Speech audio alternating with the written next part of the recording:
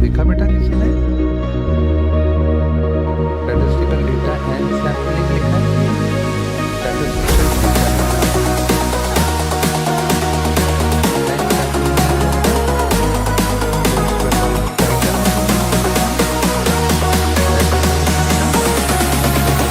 कर लेते हैं। अच्छे से देखो, थ्योरी का क्वेश्चन, थ्योरी का चैप्टर चलो बेटा, चलो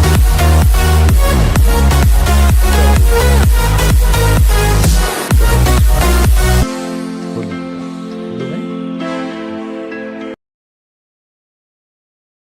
सभी को प्रणाम दोस्तों। चलो शुरू करता हूं बेटा। आज दो थ्योरी के चैप्टर्स हमारे सामने हैं।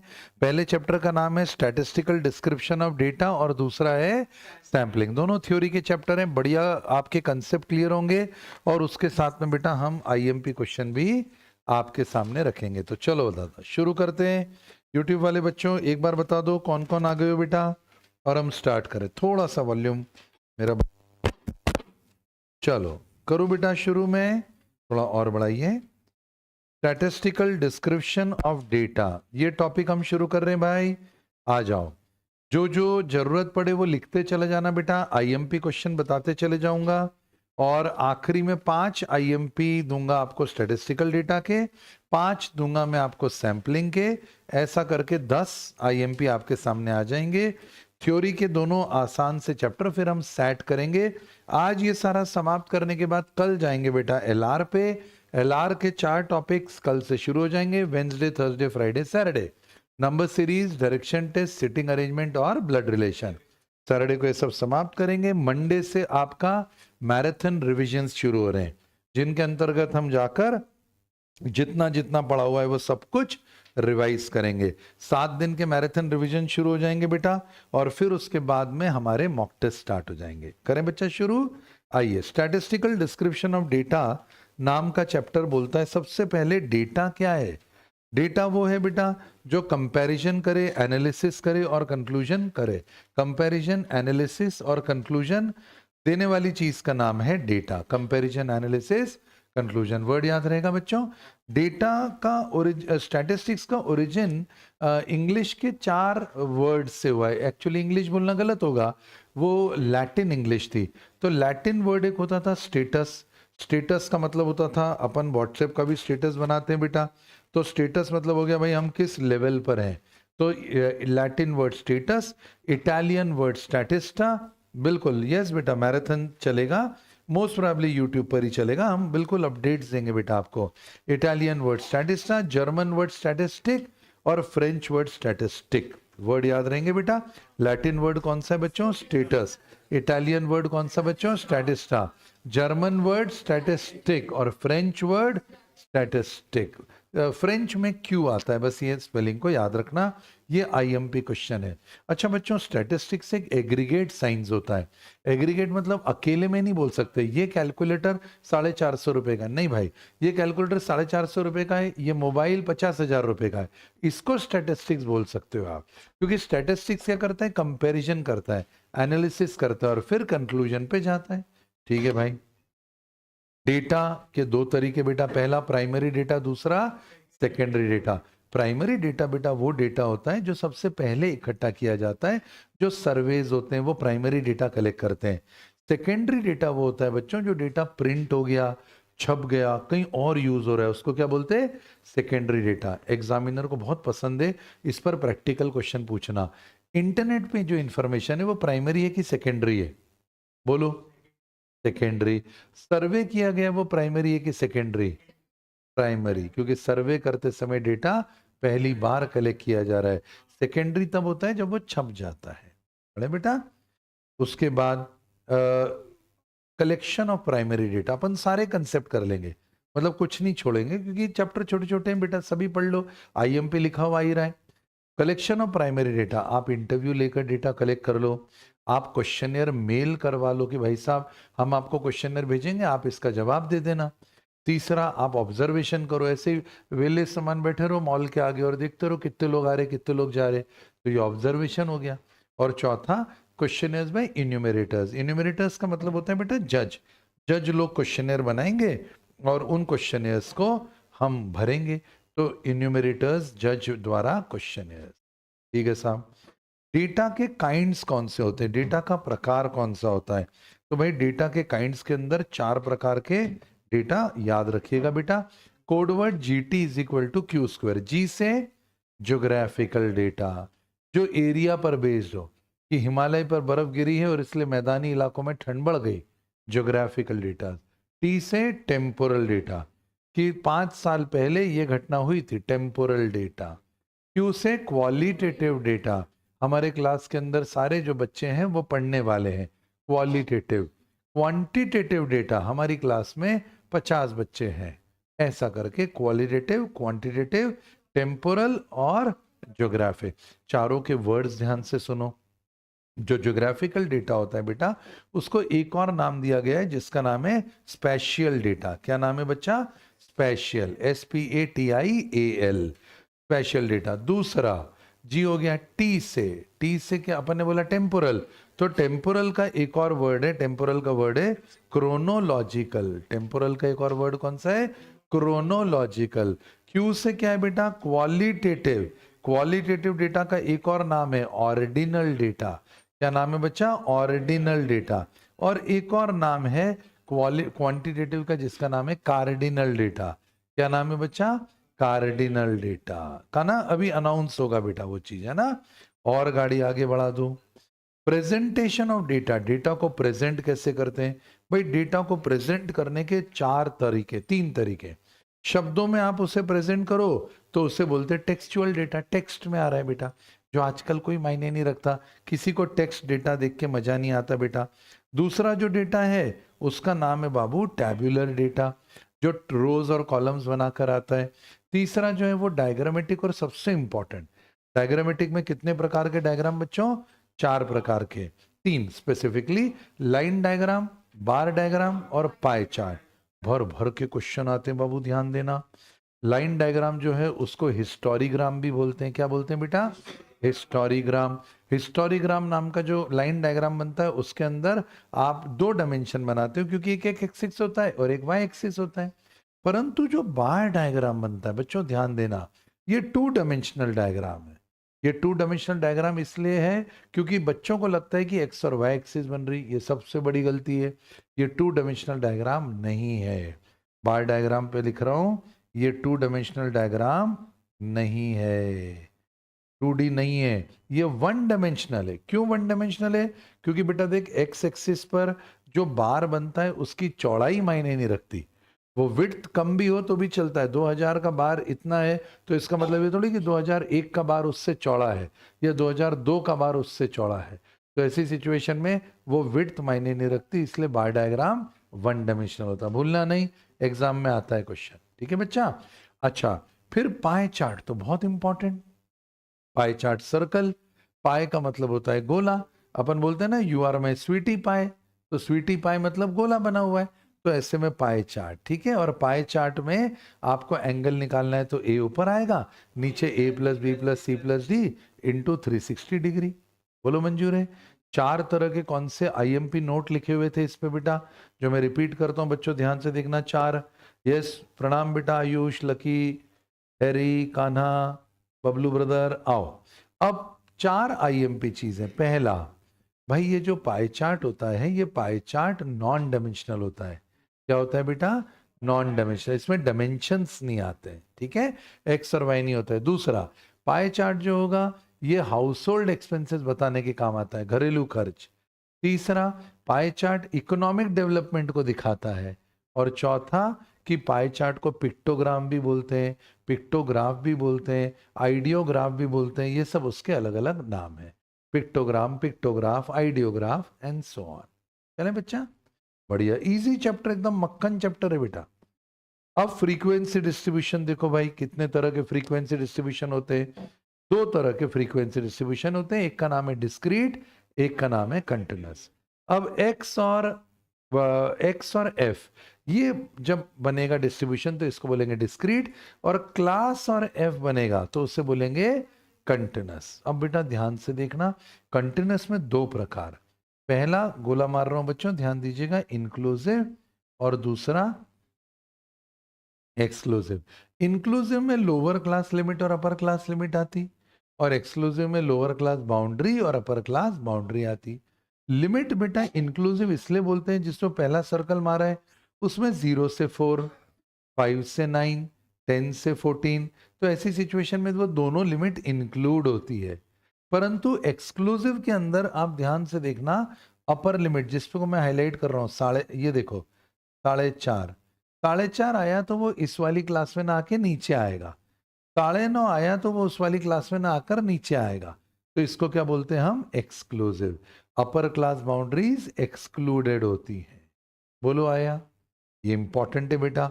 एलसीएल का फुल फॉर्म बोल के बताओ बच्चों, लोअर क्लास लिमिट। यूसीएल बोलो, अपर क्लास लिमिट। एलसीबी बोलो, लोअर क्लास बाउंड्री। यूसीबी बोलो, अपर क्लास बाउंड्री। ऐसे करके उसे लिखा जा सकता है। ठीक है भाई, आगे बढ़ो जी। फिर अपन नेक्स्ट पर गए बच्चा। अब नोट नीचे जो लिखे हुए हैं वो क्या है सर? बेटा वो नोट ये है कि भाई अगर आपको मिड वैल्यू निकालनी है तो लोअर क्लास लिमिट और अपर क्लास लिमिट को ऐड करके 2 से डिवाइड करना है, तो आपको मिड वैल्यू आ जाएगी। और अगर आपको लोअर क्लास बाउंड्री अपर क्लास बाउंड्री को भी 2 से डिवाइड करा तो भी मिड वैल्यू आ जाएगी। परंतु क्लास विड्थ निकालते समय आप गलती नहीं करना लिमिट्स को माइनस करने के लिए। बादल में देखो क्या लिखा हुआ है, width IMP UCB minus LCB. अपर क्लास बाउंड्री में से लोअर क्लास बाउंड्री को माइनस करना पड़ेगा। मंजूर है? चलो बहुत अच्छी बात है बेटा। दो प्रकार के वेरिएबल्स होते हैं बेटा, एक वेरिएबल को बोलते हैं डिस्क्रीट, एक को बोलते हैं कंटिन्यूअस। ये कैलकुलेटर पे जो बटन्स दिख रहे हैं ना, ये सब डिस्क्रीट है क्योंकि गिन सकते हैं। पर कैलकुलेटर का जो वजन है ये कंटिन्यूअस है, क्योंकि हो सकता है पॉइंट के अंदर आ जाए भाई, है ना, 100.2 ग्राम्स ऐसा भी आ सकता है। तो जो डेसिमल में आता है बच्चों, उस डेसिमल वाली चीज को हम बोलते हैं कंटिन्यूअस, और जो नॉन डेसिमल में आता है उसको हम बोलते हैं डिस्क्रीट। याद रहेगा, डिस्क्रीट को काउंट कर सकते हैं, काउंटेबल, वेराज वजन जो है इसको मेजर करते हैं तो इससे बोलेंगे मेजरेबल, है ना, नॉन काउंटेबल। ये वर्ड याद रहेगा बच्चा। चलो बहुत बढ़िया बात है बेटा। Graphical representation of frequency distribution. अब ग्राफ पे कैसे रिप्रेजेंट करते हैं फ्रीक्वेंसी डिस्ट्रीब्यूशन को देखते रहना बच्चों। ठीक है, फोकस करना बेटा। ठीक है, चले। हाँ, अब हिस्टोग्राम, भाई साहब यूट्यूब वाले बच्चों ध्यान देना, हिस्टोग्राम बहुत फेमस क्वेश्चन एग्जाम में। हिस्टोग्राम का एक बच्चा है जो है मोड। मोड कहाँ से निकलता है? हिस्टोग्राम से। हिस्टोग्राम क्या देता है? मोड। फेमस क्वेश्चन, ये आईएमपी क्वेश्चन लिखवाऊंगा ना उनमें ये आएगा। तो कैसे बनाते हैं भाई? सबसे ऊंची बिल्डिंग बना लो, वही अनु कपूर का गाना, अनु मलिक। ऊंची है बिल्डिंग, लिफ्ट तेरी बंद है, कैसे मैं आऊं, दिल रजामंद है, आजा आजा आजा बैंड। तो ये जो सबसे ऊंची बिल्डिंग है, इस बिल्डिंग में मोड़ रहता है, और उसके लेफ्ट से राइट को जोड़ो, राइट से लेफ्ट को जोड़ो, जहां इंटरसेक्शन आ रहा है वहां से मोड़ निकलता है। बोलो मंजूर है? ठीक है भाई। फ्रीक्वेंसी पॉलीगॉन क्या होता है? इसी बिल्डिंग के सेंटर पॉइंट को एक लाइन से जोड़ दो तो जो बनता है उसका नाम है फ्रीक्वेंसी पॉलीगॉन। क्यों बच्चा? अच्छा, इसी लाइन के बिल्डिंग के मिड पॉइंट को एक कर्व से जोड़ दो तो जो बनता है उसका नाम है फ्रीक्वेंसी कर्व। ठीक है? और लास्ट ऑजिव। ऑजिव क्या है बेटा? जहां पर दोनों इंटरसेक्ट करते हैं उसका नाम है ऑजिव। कौन से? लेस देन और मोर देन कर्व्स। और ये एग्जामिनर का फेवरेट क्वेश्चन है कि ऑजिव क्या देता है। तो आप बोलोगे ऑजिव क्या देता है? ऑजिव देता है मीडियन। भूलना नहीं, ऑजिव क्या देता है? ऑजिव देता है मीडियन। कभी यूं भी पूछता है कि मीडियन कहां से निकलता है, तो क्या बोलोगे? ऑजिव। अब ये जो सबसे नीचे बना हुआ है ऑजिव, ये देखो कैसा है, इसको थोड़ा सा और बड़ा करते हैं बेटा। तो ऑजिव एक प्रकार का एस शेप कर्व है। आई रिपीट, ऑजिव एक प्रकार का एस शेप कर्व है, और वो एस शेप कर्व जहां इंटरसेक्ट कर रहे हैं वहां से जो निकल रहा है उसका नाम है मीडियन। एस है बेटा, देख थोड़ा थोड़ा एस जैसा दिखता है। ऐसा वो नीले वाले को देख तो थोड़ा एस का शेप है, पिंक वाले को देख तो थोड़ा एस का शेप है, इसलिए एस। एस बोले तो इंग्लिश का अल्फाबेट। ठीक है बच्चा? और एक्स एक्सिस पे क्लास बाउंड्रीज होगी और वाई एक्सिस पे क्यूमुलेटिव फ्रीक्वेंसीज होंगी। इधर बाउंड्रीज होंगी और उधर क्यूमुलेटिव फ्रीक्वेंसीज होंगी। क्यूमुलेटिव फ्रीक्वेंसी मतलब less than 10, less than 20, less than 30। ठीक है? और गाड़ी आगे बढ़ाओ भाई। मिसलिनियस कंसेप्ट बहुत फेमस कंसेप्ट है बाबू, भूलना नहीं। मिसलिनियस कंसेप्ट जो बार बार एग्जामिनर पूछता है, मिसलिनियस कंसेप्ट, वो ध्यान से देखना। फ्रीक्वेंसी डेंसिटी निकालना है तो ऊपर फ्रीक्वेंसी आएगी, नीचे विड्थ आएगी। आई रिपीट, ऊपर फ्रीक्वेंसी आएगी, नीचे विड्थ आएगी। रिलेटिव फ्रीक्वेंसी कैसे निकलेगा? ऊपर फ्रीक्वेंसी आएगी और नीचे टोटल फ्रीक्वेंसी आएगी। देखो मैं ऐसे बताता हूं, जैसे आगे वाली बेंच पर बच्चे कम बैठे हुए, पीछे तो सब ठूस बैठे, क्योंकि आगे बैठना, बोले नहीं यार कौन सर के सामने एकदम बैठेगा, एकदम ध्यान में रहेगा। अपन पीछे थोड़ा मोबाइल वोबाइल चला लो, थोड़ा इधर मस्ती वस्ती कर लो, तो पीछे की बेंचेस की फ्रीक्वेंसी डेंसिटी देखो सबसे ज्यादा है, और आगे की बेंचेस की फ्रीक्वेंसी डेंसिटी कम है।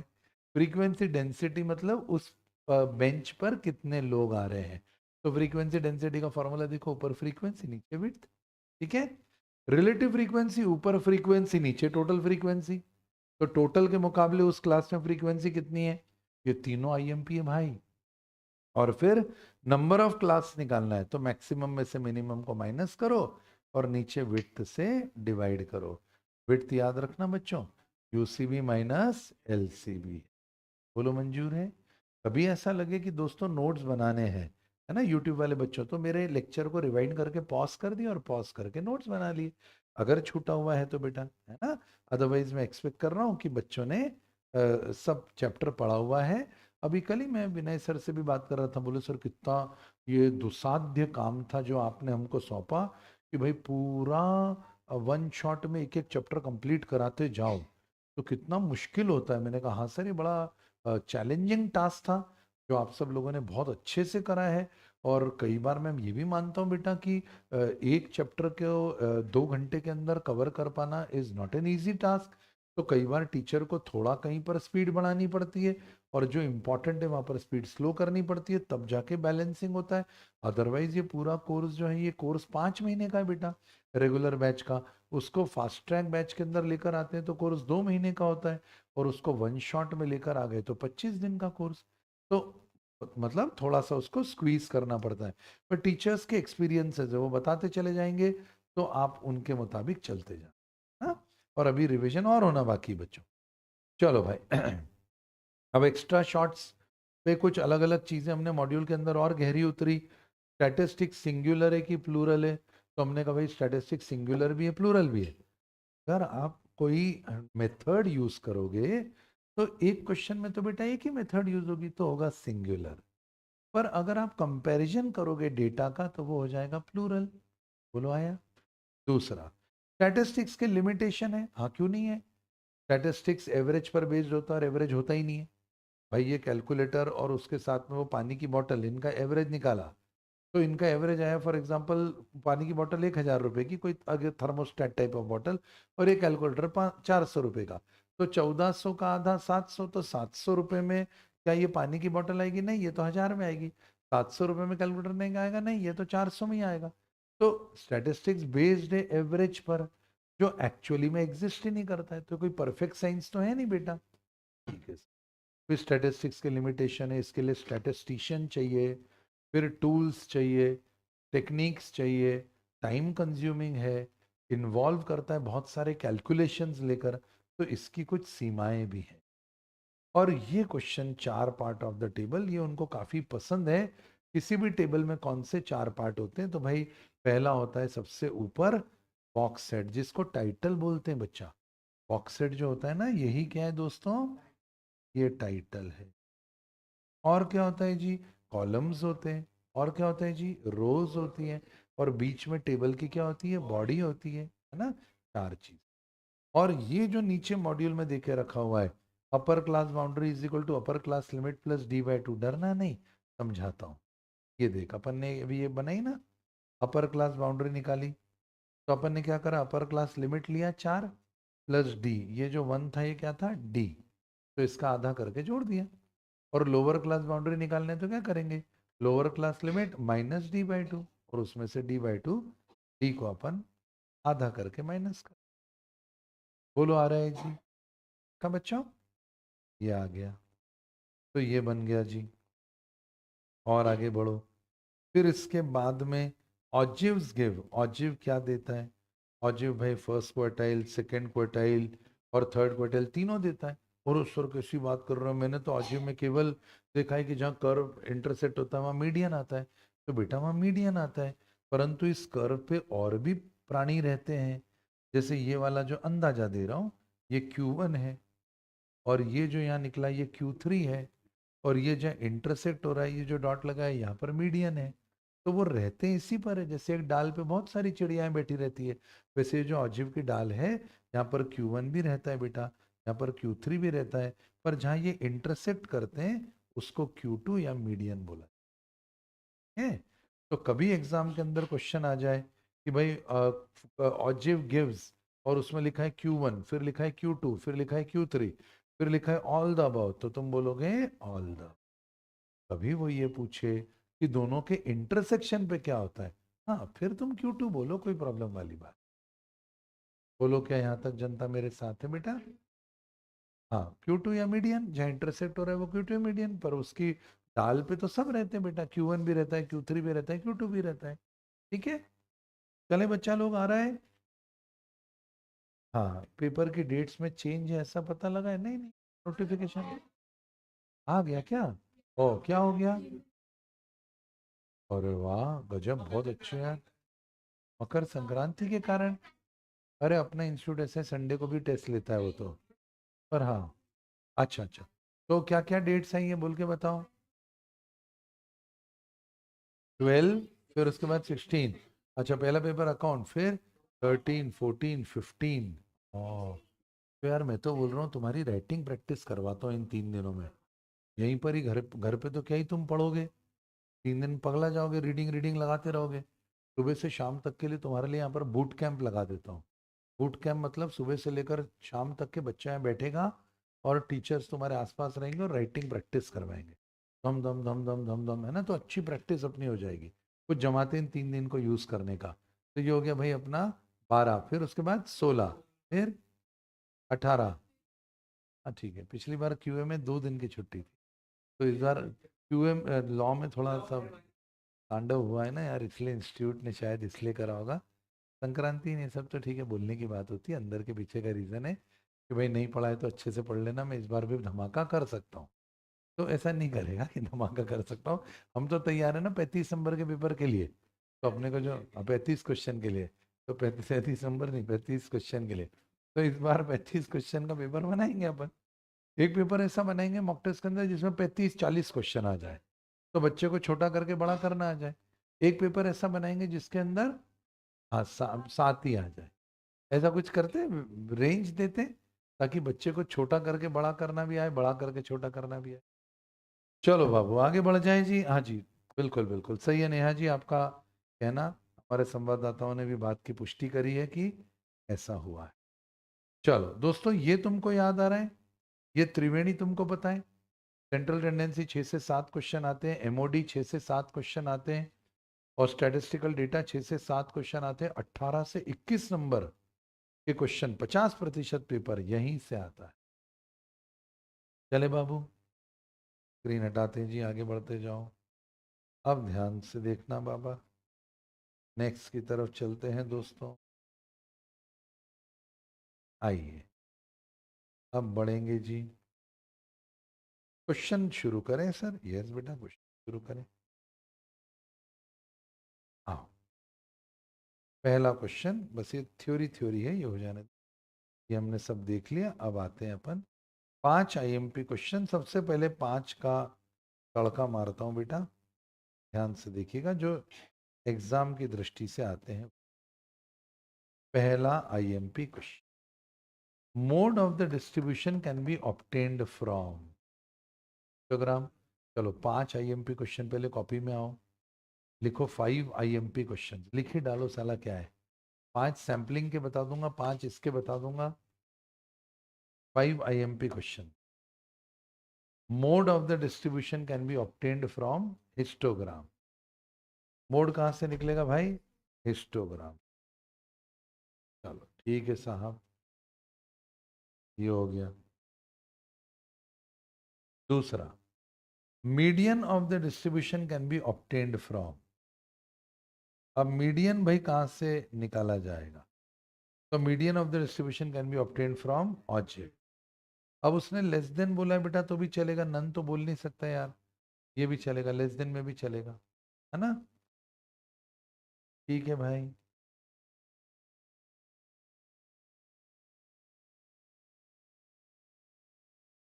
कोई बात नहीं हैरी भाई, कोई इश्यू नहीं है। दूसरी जगह से पढ़ते थे, समझ नहीं आया, अभी अपन पढ़ रहे हैं ना हैरी भाई, हो जाएगा सब, चिंता मत करो। कोई डर की जरूरत नहीं बेटा, प्लेलिस्ट बनी हुई है, जाओ सारे लेक्चर्स उसमें डले हुए हैं, रिवाइज करो बेटा। यूट्यूब तो कितना अच्छा तरीका होता है ना? चिंता नहीं, अभी रिवीजन भी होगा और उसके बाद में हम मॉक टेस्ट भी करेंगे, और वो सब बच्चों के लिए ओपन है, तो बिल्कुल घबराना नहीं है। नो नेगेटिव थॉट्स बेटा। अब जरा ध्यान देना बच्चों, ये 3 4 5 ये तो एकदम जाने मन क्वेश्चन है, तुम जिद नहीं करना कि ये क्वेश्चन की लैंग्वेज ये रहेगी, परंतु ये क्वेश्चन इसी पैटर्न का आएगा। 3 4 5 ध्यान से दे। नहीं यार, कोई डरने वरने की जरूरत नहीं, खाना बिना मतलब साइकोलॉजिकल प्रेशर होता ही है। अभी हमारे पास बहुत टाइम है बेटा, दिसंबर के, अभी नवंबर के 7 दिन, दिसंबर का 1 महीना, जनवरी के 12 दिन, लगभग लगभग 1.5 महीने से ऊपर का समय है यार, बहुत अच्छे से करेंगे। देख बेटा, क्वेश्चन नंबर 1 पर आ। 1000 लोगों का सर्वे किया गया है, 25% इंडस्ट्री के वर्कर हैं, बाकी के एग्रीकल्चर के वर्कर हैं। बहुत ध्यान से देखना, मेरे पास सोल्यूशन है, पर सोल्यूशन नहीं दिखाऊंगा, पहले तुम इसको क्वेश्चन को चेक करो। तो सर क्या करना है, टेबल बनाना है। तो ले बेटा जरा मेरे साथ ध्यान से देख, मेरे को इंडस्ट्री समझ में आ रहा है, एग्रीकल्चर समझ में आ रहा है, यहाँ पर लिख रहा हूँ इंडस्ट्री, यहाँ पर लिख रहा हूँ मैं एग्रीकल्चर, यहाँ पर लिख रहा हूँ मैं टोटल, यहाँ पर ले रहा हूँ बेटा मैं जिनके घरों में टीवी था, जिनके घरों में टीवी नहीं था, जिनके घरों में टीवी नहीं था, और एक टोटल। ये टोटल का कॉलम जरूर बनाना बेटा। देख, जिसको मैं ग्रीन से ब्लू से हाईलाइट कर रहा हूँ, बच्चे टोटल नहीं बनाते, इसलिए क्वेश्चन गलत हो जाता है। टोटल बनाना बहुत जरूरी। अभी देख बेटा, 300 लोगों ने वर्ल्ड कप मैचेस टीवी पे देखे, तो बेटा 300 किधर डालना पड़ेगा, इधर ना, तो वहां डाल दिया टीवी पे। 30% वो लोग जिन्होंने वर्ल्ड कप मैचेस नहीं देखे थे वो इंडस्ट्रियल वर्कर थे। 30% of the people who had not watched world cup matches were industrial. जिन्होंने वर्ल्ड कप मैचेस नहीं देखे, भाई टोटल कितने 1000 लोग थे जिन्होंने वर्ल्ड कप मैचेस नहीं देखे, मतलब जिनके पास टीवी नहीं था, 700। तो 30% the people who had not watched world cup matches were industrial worker. 30% वो लोग जिन्होंने वर्ल्ड कप मैचेस नहीं देखे थे, इंडस्ट्री के थे। तो 30% तुमको लेना पड़ेगा किसका बाबू? हाँ, 30% किसका लेना पड़ेगा? 700 का, तो कितना आएगा? 200। मंजूर बच्चा, 30% वो लोग जिन्होंने वर्ल्ड कप मैचेस टीवी ने देखे, इंडस्ट्रियल थे। What is the number of agricultural workers who had enjoyed world cup matches on TV? Agricultural कितने थे जिन्होंने टीवी पे वर्ल्ड कप देखा? रुको भाई, मुझे ये क्वेश्चन मार्क चाहिए। तो जैसे बैलेंस शीट टैली होती है, वैसा टेबल टैली करेंगे। तो मैं अब टेबल टैली कर रहा हूँ भाई। 700 210, 700 में से 210 गया तो क्या बना, 490, सेकेंड रो। अच्छा, अब इसके अलावा कहाँ से टोटल कुछ मिस तो नहीं हुआ? तो एक छूटा है। 25% पर इंडस्ट्रियल वर्कर्स, 25% इंडस्ट्रियल है, तो 25% किसका लोगे, 1000 का, तो क्या आएगा बच्चों? 250। तो बाकी क्या आ जाएंगे? 750। चलो आगे बढ़ो। 250 में से 210 माइनस करा, पहला कॉलम चेक करो क्या आ जाएगा, 40। अब फर्स्ट रो को चेक करो, 300 में से 40 गया तो क्या आ जाएगा बेटा, 200। 260 आंसर है, इसको कॉपी करो बेटा। अगर नहीं लिखा हुआ है तो फटाफट एक बार कॉपी करो, ठीक है, नोट करा जाए।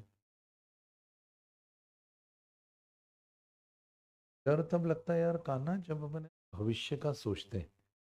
वर्तमान में कोई डरने की जरूरत नहीं रहती। अभी तुम भी बहुत सुखी हो, मैं भी बहुत सुखी हूं। मैं भविष्य का सोचूंगा कि आज से 5 साल बाद क्या होगा, तो मेरे को डर लगेगा। अभी में नहीं डर है। तो ये दिमाग मंकी माइंड है बेटा, तू समझ। ये साला वर्तमान में रहता है पर सोचता फ्यूचर का है। यहाँ बैठे हो तो घर की याद आएगी, घर जाओगे तो यहाँ की याद आएगी, मतलब यहाँ जो बैठी थी उसकी याद आएगी, है ना। तो ये मंकी माइंड है, तो अपने माइंड को अपने साथ खेलने मत दिया करो। डर लगा बोलने का कि जो होगा साला देखा जाएगा, जो होगा देखा जाएगा। नहीं परेशान होना बेटा, नहीं तो अपन प्रेजेंट में अपना बेस्ट नहीं दे पाते हैं यार। चलो आगे भाई।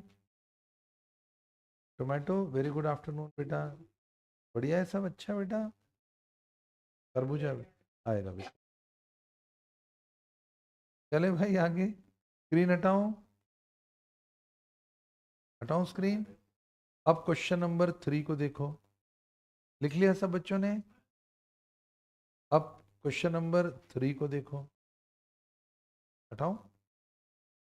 Cost of the sugar in the month under the heads raw material, labor, direct production and others were। बेटा शुगर की कीमत, शुगर की कीमत जो अलग अलग हेड्स हैं, जैसे रॉ मटेरियल, लेबर है, डायरेक्ट प्रोडक्शन है, अदर्स हैं, वो देके रखा है 12, 20, 35, 23। What is the difference between the central angle of the largest and the smallest. सबसे बड़े और सबसे छोटे के बीच के एंगल का डिफरेंस क्या होगा। सबसे बड़े और सबसे छोटे के बीच का डिफरेंस क्या होगा। बेटा सबसे बड़ा कौन सा है राजा, सबसे छोटा कौन सा है बेटा। 35 माइनस 12, इन दोनों को माइनस करो, अपॉन में क्या आ जाएगा टोटल, मल्टीप्लाई क्या करोगे 360। बोलो मंजूर है, बस बहुत बढ़िया। तो वो 92 आंसर आ गया। कर सकते ना, इतना सिंपल क्वेश्चन बेटा, कोई लोड थोड़ी है यार। चले भाई चलते रहो। क्वेश्चन नंबर 5 को अपन देखते हैं, 5 क्या बोलता है, यहां तक के पहले नोट कर लो फिर 5 पे जाओ।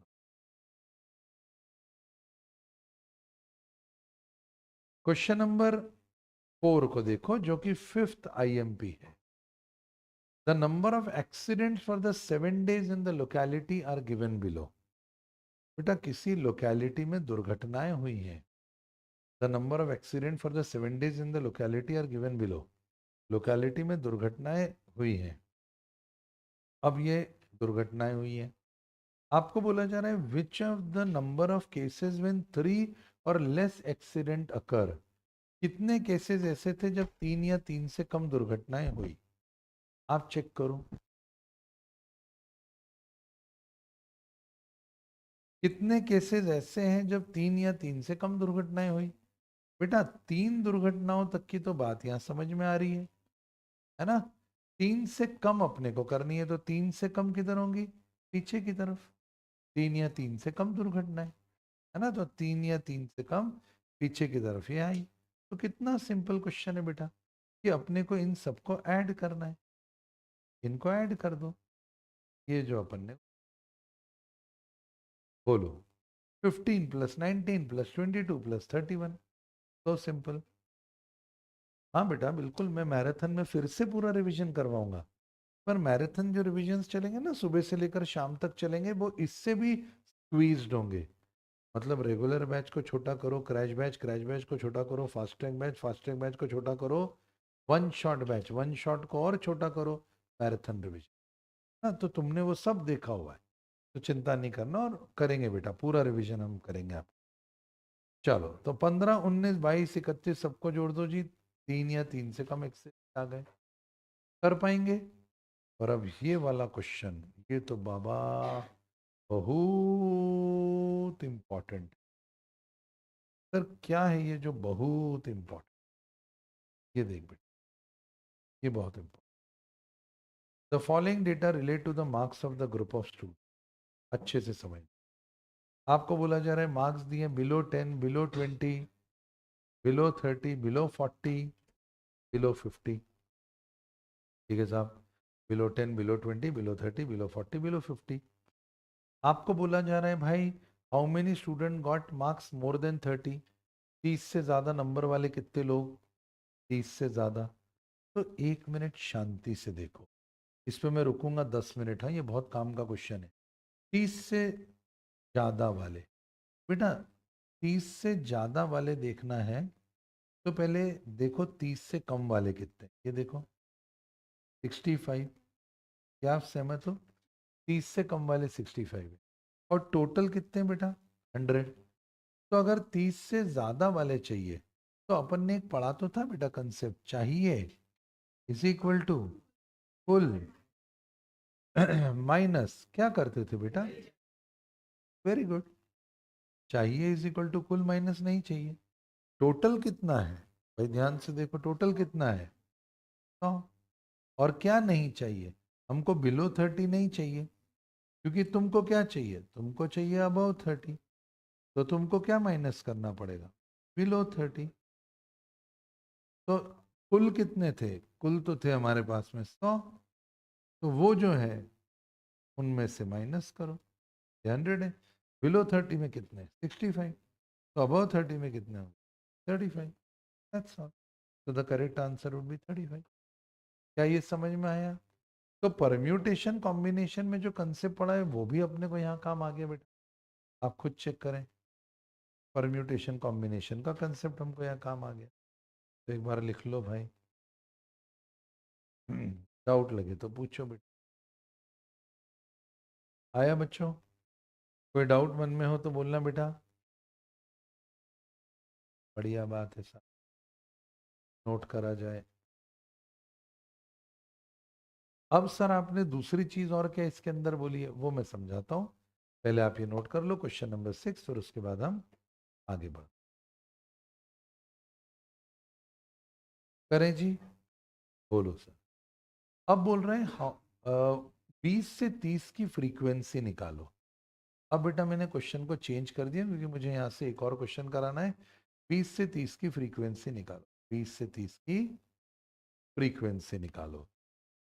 अब अगर 20 से 30 की फ्रीक्वेंसी निकालना है तो इस सिचुएशन में मैं 20 टू 30, ध्यान से, मैं 20 टू 30 के बीच में माइनस कर लूंगा तो मेरा काम हो जाएगा। बस उसकी ट्रिक है, बड़ी cumulative frequency, left hand side पे बादल बना हुआ है देखो, पिंक कलर से पट्टा मारा है, बड़ी क्यूमुलेटिव फ्रीक्वेंसी माइनस छोटी क्यूमुलेटिव फ्रीक्वेंसी, बस काम हो जाएगा। बड़ी क्यूमुलेटिव फ्रीक्वेंसी माइनस छोटी क्यूमुलेटिव फ्रीक्वेंसी। बड़ी क्यूमुलेटिव फ्रीक्वेंसी क्या देके रखी है 65, छोटी क्या देके रखी 38, उन दोनों को माइनस कर, ठीक है, याद रहेगा, तो ये जरूर नोट करो। और अगर मैं कुछ तुमसे विचित्र सा क्वेश्चन पूछूं, मैं बोलूं भाई साहब तुम तो एक काम करो, मुझे 20 और 40 के बीच का बताओ, तो कहना सर 20 की फ्रीक्वेंसी ये रही, 40 की ये रही, 84 में से 38 माइनस, जो क्लास की फ्रीक्वेंसी निकालने का बोले वो क्लास को आप माइनस। आदित्य भाई राम राम, आ रहा है बेटा समझ में सब। चलो ये बिल्कुल कर लिया जाए, कोई डाउट लगे तो बोलना बच्चों। चले जी, हटू यहाँ से मैं स्क्रीन से। 6 IMP क्वेश्चन हो गए, बता सकते हो 6 कौन से थे।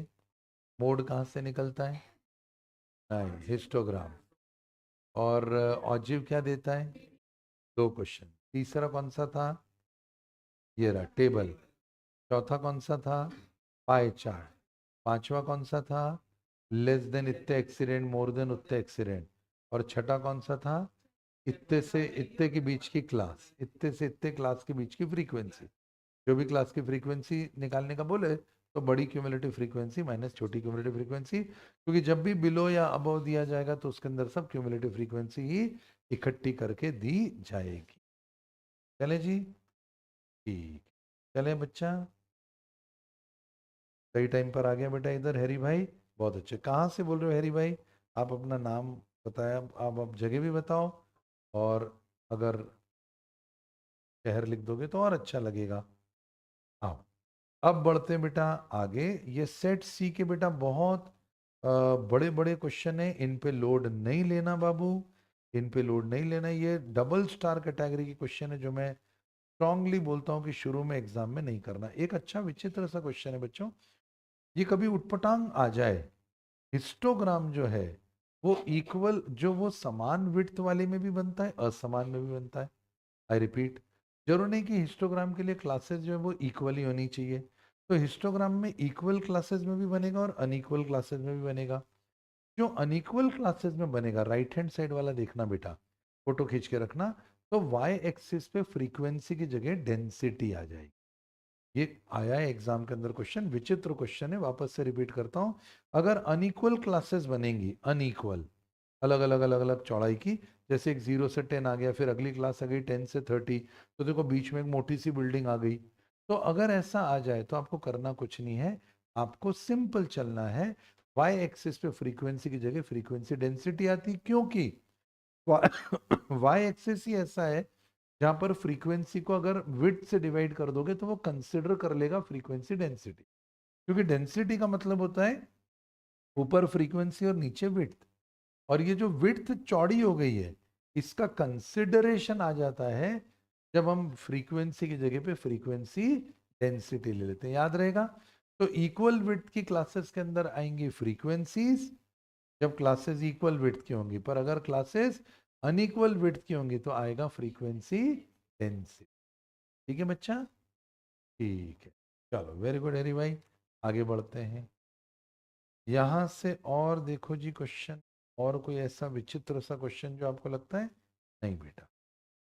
अब मैं तुमको लेके जाऊं इसके इस अटेम्प्ट के स्कैनर पे, है ना, और फिर 2-3 अटेम्प्ट के स्कैनर कर लेते हैं, हर अटेम्प्ट में 6-6 क्वेश्चन आते हैं, 6-7 तो अगले 10 मिनट 15 मिनट के अंदर मैं आपको 20 क्वेश्चन करवाऊंगा स्टैटिस्टिकल डेटा के। बहुत ध्यान से देखना बच्चों, 2 अटेम्प्ट के पेपर तो देखना ही देखना है।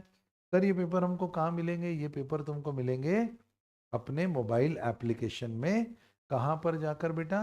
प्री स्टडी मटेरियल में 3 डॉट्स जो हैं उनको आप क्लिक करोगे तो आपको वो पेपर्स मिलेंगे, जरूर करना। यूट्यूब वाले बच्चों ध्यान से, ये रहा सितंबर 24 में इस अटेम्प्ट में पूछे हुए स्टैटिस्टिकल डेटा के 1 2 3 4 5 6 7 8 8 क्वेश्चन है भाई, ध्यान से देखिएगा, 8 क्वेश्चन। चलो चेक करो स्टैटिस्टिकल डेटा के 8 क्वेश्चन। पहला question, secondary data is collected by. इस अटेम्प्ट में बेटा जो बच्चों ने एग्जाम दी थी बेटा ध्यान से देखो, the secondary data is collected by. Secondary data कैसे कलेक्ट होता है? इंटरनेशनल सोर्सेज जैसे कि world bank, observation, interview, meld question. बोलो क्या होता है? International sources like world bank वगैरह से कलेक्ट होता है, क्योंकि ऑब्जर्वेशन तो नहीं है, सेकेंडरी डेटा तो वो होता है जो पहले कलेक्ट हो गया और फिर कहीं प्रिंट स्टोर हो गया, प्रिंट हुआ और कहीं यूज हुआ। इंटरव्यू भी नहीं होता है, मेल्ड भी नहीं होता है। दूसरा question, series in which frequencies are continuously added corresponding to each class interval. ऐसा जहां पर फ्रीक्वेंसीज को ऐड किया जाता है उसको क्या बोलते हैं? Cumulative frequency. क्यूमुलेटिव फ्रीक्वेंसी का ग्राफ कौन सा है? ऑब्जेक्ट, एक तरफ एक्स एक्सिस पे CB class boundary, Y axis पर क्यूमुलेटिव फ्रीक्वेंसी। चलें नेक्स्ट पे आते हैं। 93, ogive can be use for making. Ogive को क्या जगह यूज किया जाता है? ईशाना वेरी हेलो बेटा।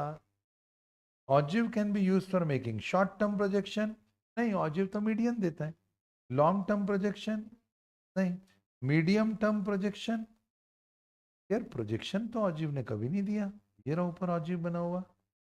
और बोल रहे हैं group frequency distribution. Group frequency distribution क्या होता है? अच्छा, 0 से 10, 10 से 20, 20 to 30। ग्रुप फ्रीक्वेंसी डिस्ट्रीब्यूशन होता क्या है? 0 से 10, देखना बच्चों इस अटेम्प्ट में तुमने एक सही करा था कि गलत? 10 से 20, 20 से 30, तो इसी को तो बोलते हैं ग्रुप फ्रीक्वेंसी डिस्ट्रीब्यूशन।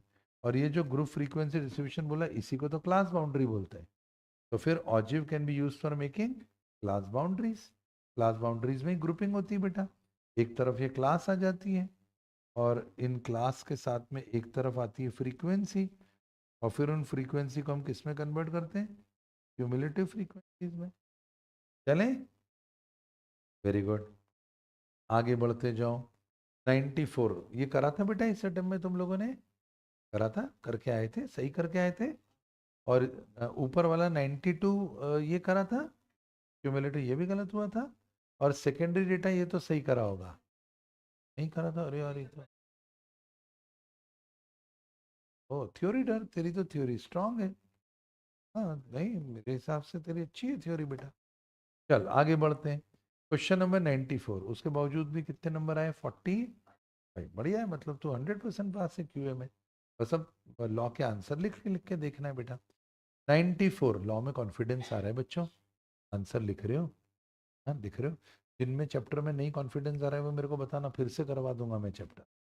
ना तो मेरे को एकदम दम से भी बहुत टाइम है अपने पास में, लोड नहीं लेना। तुमको लगा सर ये वाला चैप्टर फिर से करना है, इसमें दिक्कत आ रही है करना है, तो तुम वैसा करके मेरे को प्लीज इन्फॉर्म करते रहना, ना अपडेटेड रहना। मन में नहीं रखना है, मेरे को सब बताना है कि क्या चल रहा है क्या नहीं चल रहा है, कहाँ अच्छा है कहाँ गड़बड़ है, कहाँ अच्छी स्ट्रेंथ मिल रही, कहाँ पर डर लग रहा है, ऐसा बताने का। अभी लॉ का थोड़ा ऐसा डर है, दिमाग में डर है लॉ को लेकर। अकाउंट का डर खत्म हुआ है क्या? डर ही नहीं है? डर था और फिर खत्म हुआ कि डर था ही नहीं?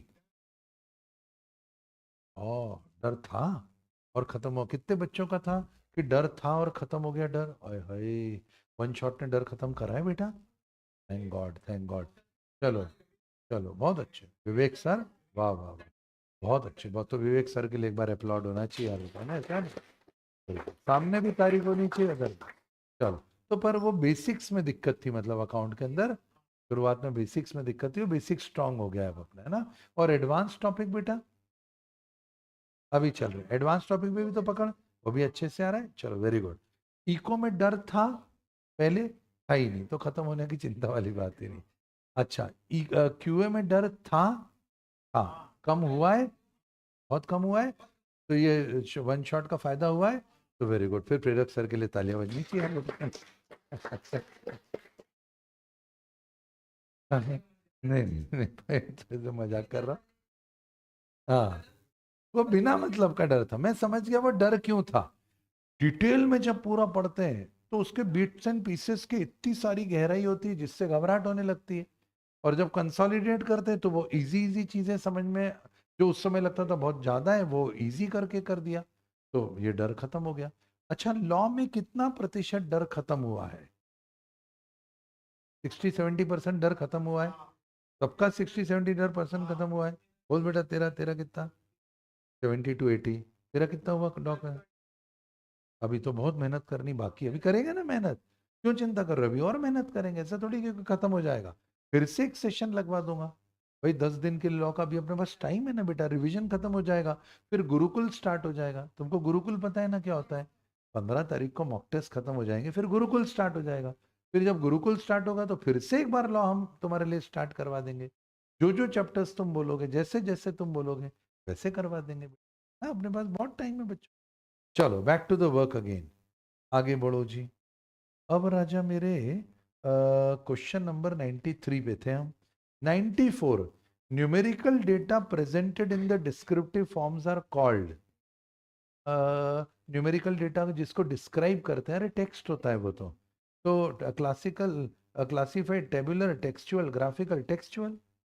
ये तो करके आए होगे तुम लोग बेटा, है ना? ठीक है ठीक, ठीक है, 5 सही थे हरी भाई, कोई दिक्कत नहीं। चलो बढ़िया, चलते रहो, आगे बढ़ो। यार ये क्वेश्चन, मैं झूठ नहीं बोलूंगा, मैंने इस क्वेश्चन को देखा तो 1 मिनट के लिए तो मेरा भी भेजा घूम गया। सर क्या था, देखो चेक करो। The distribution of the commuters coming to a metro station. अब वो क्या करता है, इंस्टीट्यूट बोलता है साला मैं ये चेक करता हूँ कि एप्लीकेशन आता है कि नहीं कंसेप्ट का। तो उसने बोला distribution of the commuters coming to a metro station from early morning hours to peak morning hours. Metro station, अब इंदौर में भी मेट्रो आ ही रहा है, अपने सामने ही आ जाएगा मेट्रो। तो यहीं से ट्रेन पकड़ी और ट्रेन पकड़ के सीधे जहाँ पहुँचना है पहुँच गए। मेट्रो तो गजब ही चीज़ है ना भैया, पूरे मुंबई को मेट्रो कनेक्ट करती है, अपने सामने मेट्रो का लास्ट स्टॉप आ जाएगा। तो कोई भी मेट्रो पकड़ी अपन यहाँ आ सकते हैं। तो मेट्रो स्टेशन में अब टाइम में सुबह मॉर्निंग आवर्स, तुम पीक मॉर्निंग आवर्स। अब सुबह बेटा मान के चलो कितने बजे, लोग तो 7 बजे से ट्रेवल करना शुरू कर देते हैं। मुंबई में तो 5 बजे से मेट्रो चालू हो जाती है। तो अब भाई metro station from early morning hours to peak morning hours, follow which type of frequency curve. तो कैसा होता है? अगर बेल बोला तो मतलब पहले सुबह से ये पीक जाता है। वेरी गुड, होता ही है ऐसा, आई बस के अंदर भी ऐसे ही होता है। सभी जगह पब्लिक ट्रांसपोर्ट के अंदर वैसे 5 बजे मेट्रो में कोई भीड़ थोड़ी होती है। 6 बजे 7 बजे भी कम रहती है, पर 8 बजे के बाद में भीड़ बढ़ना शुरू करती, और 9 और 10 बजे तो पीक आवर्स होते हैं। फिर उसके बाद में 11 बजे सब लोग अपने अपने ऑफिस पहुंच जाते हैं, तो उसके बाद पीक कम हो जाता है ना। हाँ, तो फिर गिरने लगते हैं।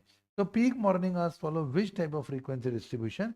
तो भाई साहब बेल शेप ही है। देखो 5 बजे के मैंने 10 लोग चढ़ाए मेट्रो पे, सुबह 8 बजे मैंने 90 लोग चढ़ा दिए, और 10 बजे तो सबसे ज्यादा हो जाएगा, और फिर उसके बाद में यहाँ पर ये मान के चलो 11 बजे तो और कम होना शुरू हो जाएंगे।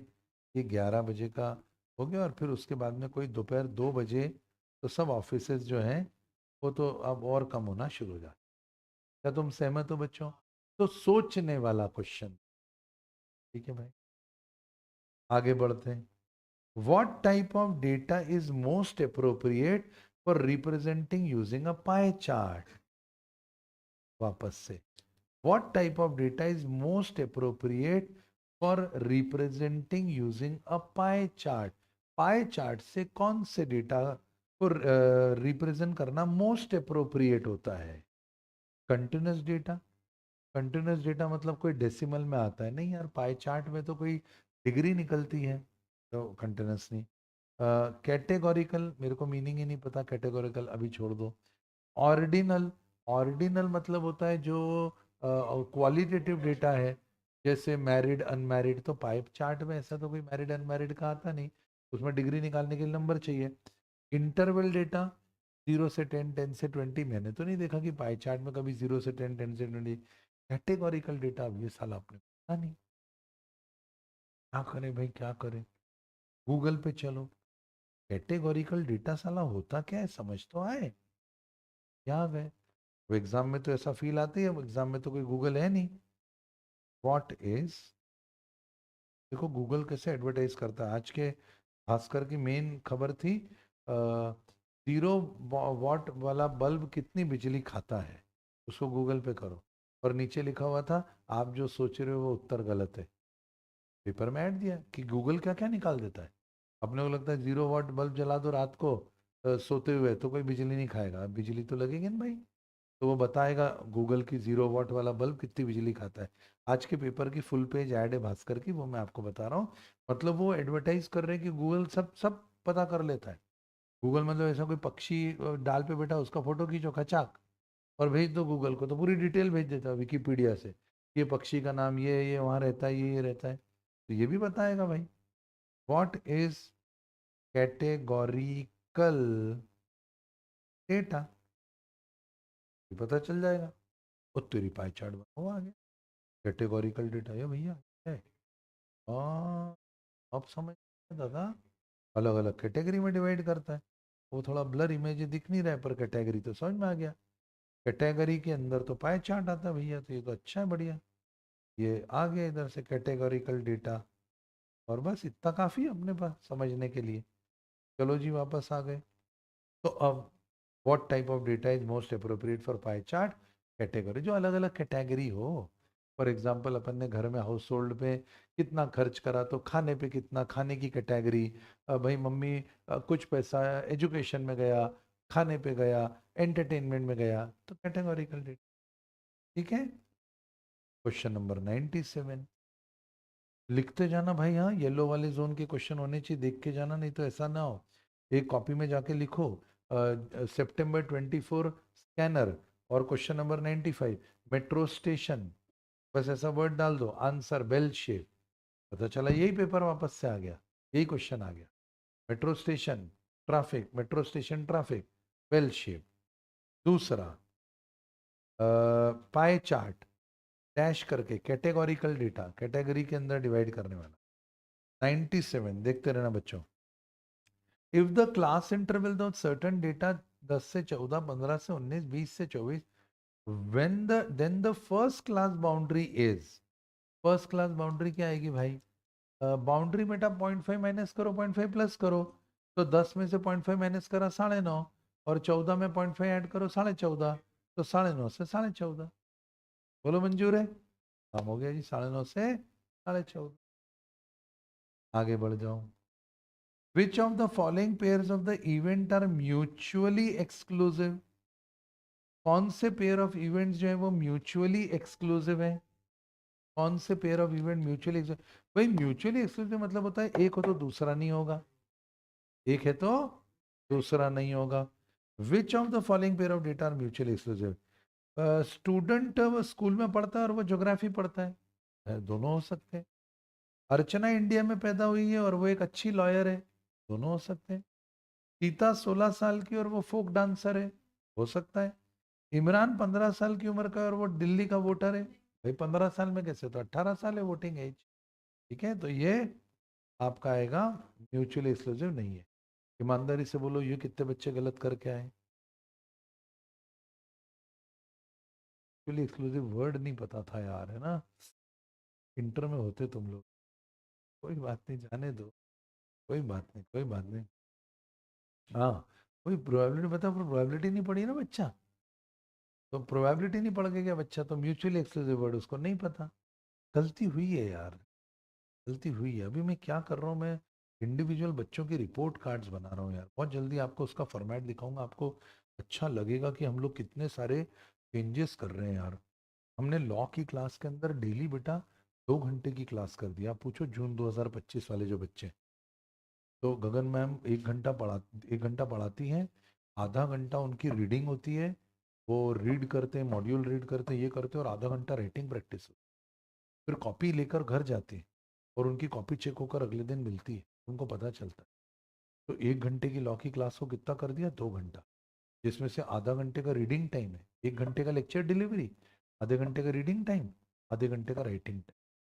आप खुद समझो, कॉपी चेक होकर अगले दिन, तो यही हो गया पहला दिन। दूसरा दिन सोचो, अगर वो बच्चे की जून 2025 की एग्जाम है, तुमको नहीं लगता वो जून 2025 के लिए तैयार हो जाएगा? नवंबर, दिसंबर, जनवरी, फरवरी, मार्च, अप्रैल, मई और जून, पेरेंट्स टीचर मीटिंग करेंगे अभी। फिर बच्चों के पेरेंट्स को बुलाए, भाई देखो सर ये रिपोर्ट कार्ड, जो रिपोर्ट कार्ड की मैं बात आपसे, ये इतने दिन आया, इतने दिन नहीं आया, इतने दिन ये रहा, ये रहा, बस। क्या फर्स्ट अटेम्प्ट पास हो जाएगा? सेकेंड अटेम्प्ट में हम क्या कुछ बहुत अलग हो गए फर्स्ट अटेम्प्ट से? नहीं, हमको अपनी गलतियां समझ में क्या गलती, हम उन गलतियों पे काम कर रहे हैं।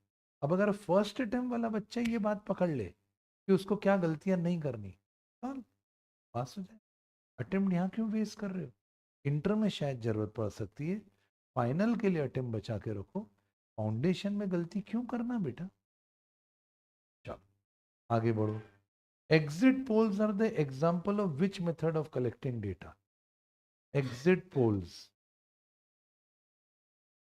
क्या ये सैम्पलिंग का क्वेश्चन था, गलती से इधर आ गया। Exit polls are the example of which method of collecting data?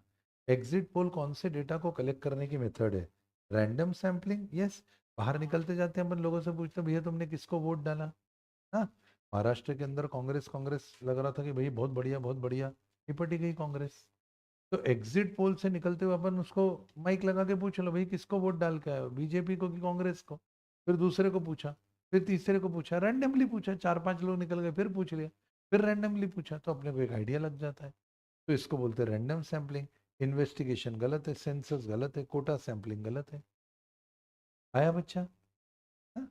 आगे अब मैं तुमको एक और पेपर दिखा रहा हूँ, जून 24, देख लो बेटा। 8-8 10-10 क्वेश्चन है, कौन जाने कहाँ से क्या आ जाए और अपना फायदा हो जाए, फिर मैं सैम्पलिंग पे जाऊंगा। लो देखो कितने बच्चों जैसे क्वेश्चन, सब ग्रीन ग्रीन ग्रीन ग्रीन हरियाली है। Less than ogive is drawn by less than cumulative frequencies on vertical axis. Two frequency distribution are given to you. The best diagram to be drawn on the same sheet is, रुको, frequency distribution, जल्दबाजी मत करो। Frequency distribution मतलब हमारे पास 0 से 10, 10 से 20, 20 से 30, और यहाँ पर फ्रीक्वेंसी है, यहाँ पर क्या आ गई, क्लास आ गई, ये हो गया 5, ये हो गया 7। क्या तुम पाई चार्ट बनाओगे इसका? नहीं, 0 से 10 का पाई चार्ट बनता ही नहीं। क्या तुम हिस्टोग्राम बना सकते हो? हाँ। क्या तुम फ्रीक्वेंसी पॉलीगन बना सकते हो? हाँ। क्या तुम बार चार्ट बनाते हो? बार चार्ट तो 1 डायमेंशनल होता है, तो बार चार्ट भी नहीं बना सकते। बार चार्ट क्या होता है? 1 डायमेंशनल। या तो 2 डायमेंशन दिए ना, क्लास और एफ, तो एक को एक्स पे लेना पड़ेगा, एक को वाई पे लेना पड़ेगा। क्या पाई चार्ट बनाओगे? नहीं, ये तो 0 डायमेंशन होता है। ऐसे ही सोचेंगे ना। अब या तो हिस्टोग्राम बनोगे या फ्रीक्वेंसी पॉलीगॉन बनोगे। अब पढ़ो, दो फ्रीक्वेंसी डिस्ट्रीब्यूशन दिया है, कंपेयर करना है उनको। तो तुमको फ्रीक्वेंसी पॉलीगॉन बनाने के लिए पहले हिस्टोग्राम बनाना पड़ेगा और फिर उसके बाद में इसके सेंटर पॉइंट लेने पड़ेंगे और उनको स्ट्रेट लाइन से जोड़ना पड़ेगा। पर क्या तुमने फ्रीक्वेंसी पॉलीगॉन को कोई बहुत अच्छा डायग्राम आज तक माना है? सबसे बढ़िया डायग्राम कौन सा है फ्रीक्वेंसी के लिए? हिस्टोग्राम। इसलिए फ्रीक्वेंसी पॉलीगॉन को भी हटाओ। पहले फ्रीक्वेंसी पॉलीगॉन को लिया क्योंकि 1 डायमेंशन और 0 डायमेंशन के पाई चार्ट बाय चार्ट तो गए। अब सिर्फ 2 डायमेंशनल ग्राफ बनेंगे, तो 2 डायमेंशनल दो ही थे और उनमें से भी बेस्ट कौन सा है? हिस्टोग्राम। तो ऐसे अपनी थिंकिंग को भी तो फाइन ट्यून करना पड़ता है बेटा पेपर में। अच्छा, पहले ये दो काटो, फिर अब देखो अब क्या हो सकता है, अब काटो, अब देखो अब क्या हो सकता है, एंड सो ऑन। चले बाबू, ऑब्जेक्टिव क्या रिप्रेजेंट करता है? फ्रीक्वेंसी नहीं, क्यूमुलेटिव फ्रीक्वेंसी होती है। प्रपोर्शन ऑफ द डेटा नहीं, प्रपोर्शन में परसेंटेज आता है। रिलेशनशिप, रिलेशनशिप ऐसा नहीं। पर क्या number of data point below a specific value? Sir below a specific value क्यों? बिलो द स्पेसिफिक वैल्यू मतलब cumulative frequency. Below 10, below 20, below 30। तो बिलो 10 में तुम में से कितने बच्चे 10 साल से छोटे हैं? सर हम में से कोई भी बच्चा 10 साल से छोटा नील। कितने बच्चे 20 साल से छोटे हैं? सर हम में से, अपन ने बोला सपोज 50 बच्चे 20 साल से जो 20 साल से छोटा होगा वो 30 साल से तो छोटा होगा ही होगा ना। तो ये क्यूमुलेटिव फ्रीक्वेंसी बनी। तो ये क्या बनी? Cumulative frequency. ऐसे सोचने का। अब क्यूमुलेटिव फ्रीक्वेंसी को लेकर कौन बनता है? भाई क्यूमुलेटिव फ्रीक्वेंसी को लेकर ऑब्जेक्टिव बनता है। अपनी थिंकिंग को अपने को ऐसे लाना है ना बेटा। ये क्यूमुलेटिव फ्रीक्वेंसी है, ये क्लास बाउंड्रीज है, ये ऐसे। तो सोचते कैसे भाई? पहला ऑब्जेक्टिव आया, ऑब्जेक्टिव में फ्रीक्वेंसी तो होता ही नहीं, काटो। परसेंटेज तो आता नहीं, वो पाई चार्ट है। रिलेशनशिप तो आता नहीं ऑब्जेक्टिव में। ऑब्जेक्टिव में तो बिलो स्पेसिफिक वैल्यू, बिलो में आती क्यूमुलेटिव फ्रीक्वेंसी। ये आंसर।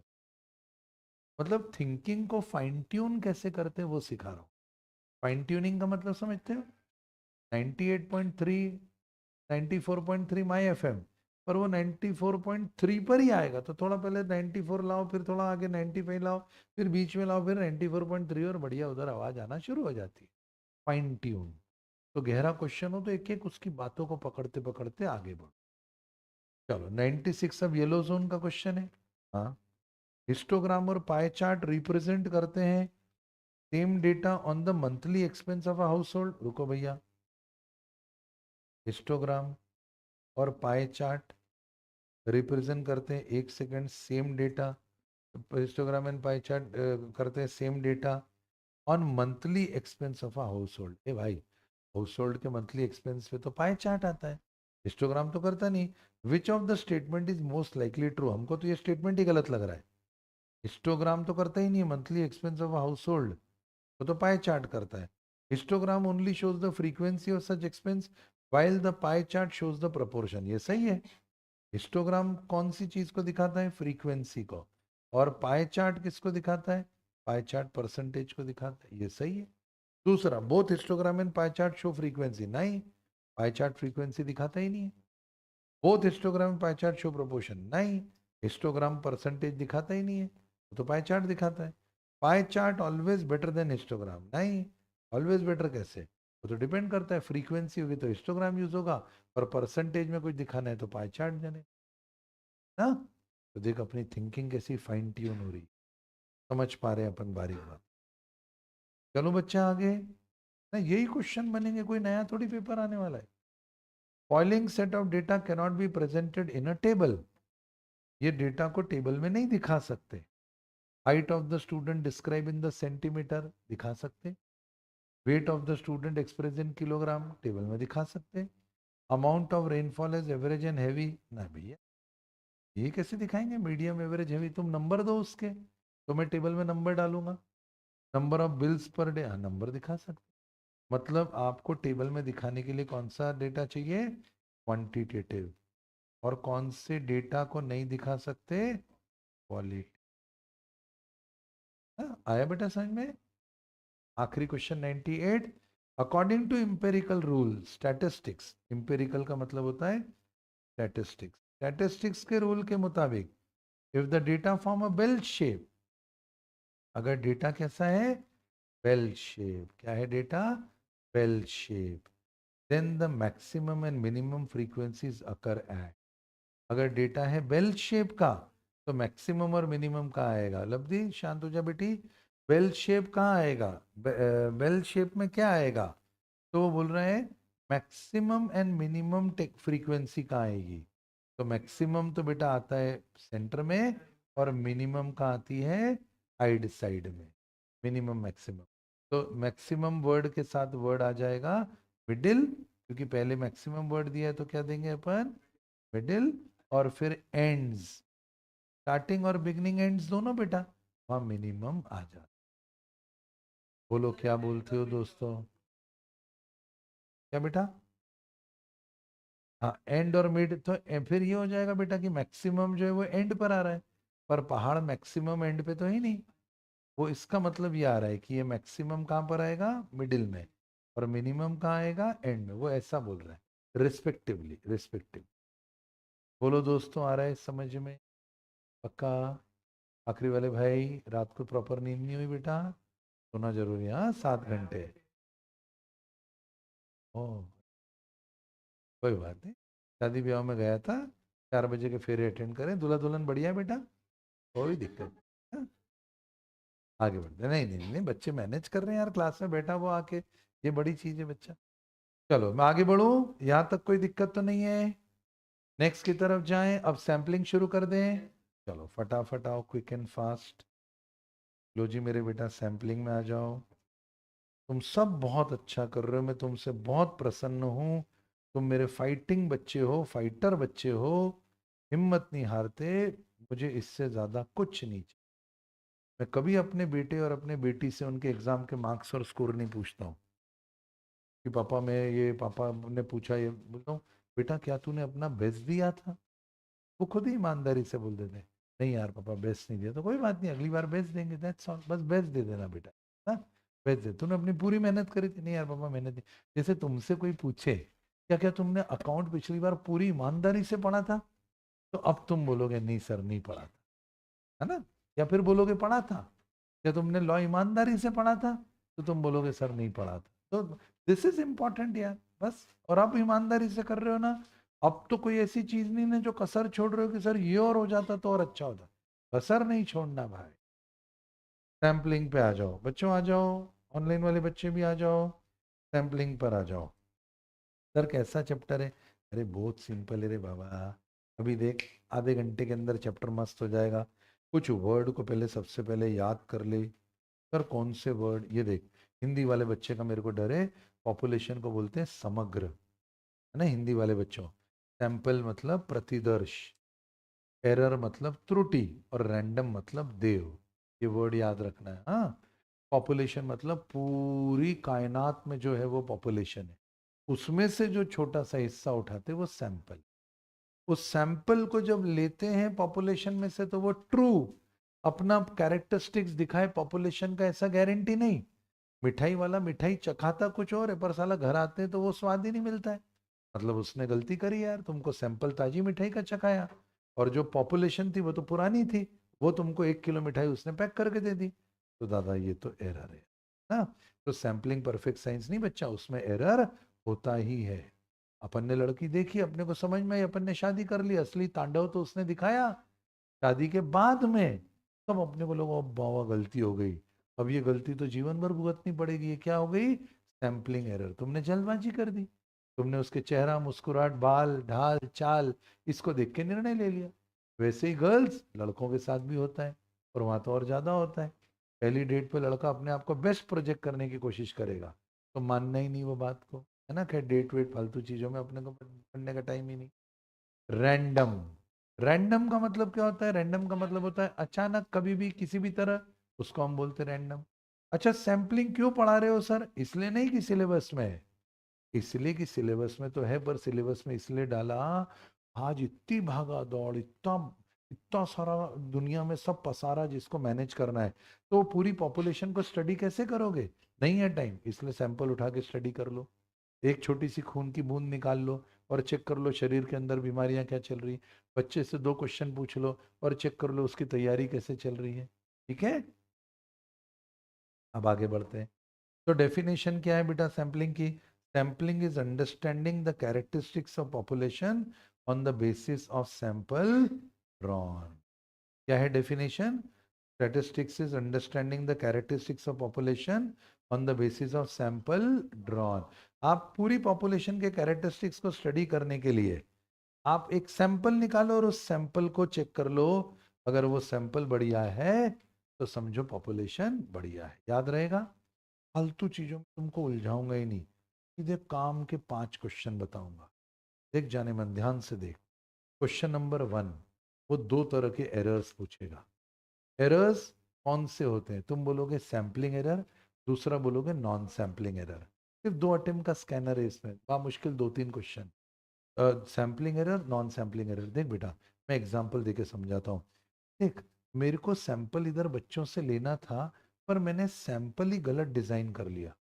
मेरे को बच्चों से पूछना था कि तुम्हारी पढ़ाई कैसे चल रही है, और मैंने केवल क्यूए के टेस्ट के रिजल्ट देखे। तो ये सैम्पलिंग एरर है। भाई पढ़ाई कैसी चल रही, इसका मतलब ये नहीं कि क्यूए के टेस्ट में तुमने कैसा परफॉर्म करा है। तो मैंने गलत डिजाइन करा सैंपल को, मैंने गलत सोचा सैंपल के बारे में, उसका प्रोटोटाइप या उसका जो प्रकार है वो गलत उठाया, उसको बोलते हैं सैंपलिंग एरर। परंतु मैंने सैंपलिंग, मैंने मुझे पता करना था पढ़ाई कैसी चल रही है, और मैं भूल गया पूछना बच्चों से, तो भैया ये नॉन सैंपलिंग एरर है, मेमोरी लॉस होना है। या फिर मैंने एक ही बच्चे से पूछ लिया, ये जो बहुत छोटा सैंपल था, उससे नहीं पूछ सकते कि भाई तुम्हारी पढ़ाई कैसी चल रही है। सब बच्चों से फीडबैक फॉर्म भरवाओ। मैं भी फीडबैक फॉर्म भरवाऊंगा तुमसे आखिरी दिन तक के, कि बेटा ईमानदारी से लिखो किस टीचर का तुमको क्या अच्छा लगा, क्या बुरा लगा, और तुम क्या चाहते हो वो क्या इंप्रूव करें, ताकि हम और बेहतर अपने आप को कर सके। 24 साल से पढ़ा रहे, अहंकार या घमंड भी आ सकते कि भाई 24 साल से इंडिया के अंदर रेयरेस्ट ऑफ द पीपल होंगे जो पढ़ा रहे होंगे। फिर भी हम नहीं, बेटा बताओ और हम तुम्हारे लिए क्या कर सकते हैं, क्या और इम्प्रूव कर जाए, कैसे तुम्हारे लिए और अच्छा काम करें। तो ये क्यों करेंगे? क्योंकि हमको एक बच्चे से नहीं पूछना है, सब बच्चों का सैंपल जरूरी है। पूरी पॉपुलेशन ही स्टडी कर लो। मंजूर है? आगे बोलो। तो सर वापस बोलो, मैं भूल गया। सैम्पलिंग एरर, सैंपल के डिजाइन में एरर हो उसको कहते हैं non sampling error. Human error है बेटा, इंसान है, गलती हो जाती है, भूल गए, सो गए, ये नॉन सैम्पलिंग एरर बन गए। आगे बढ़।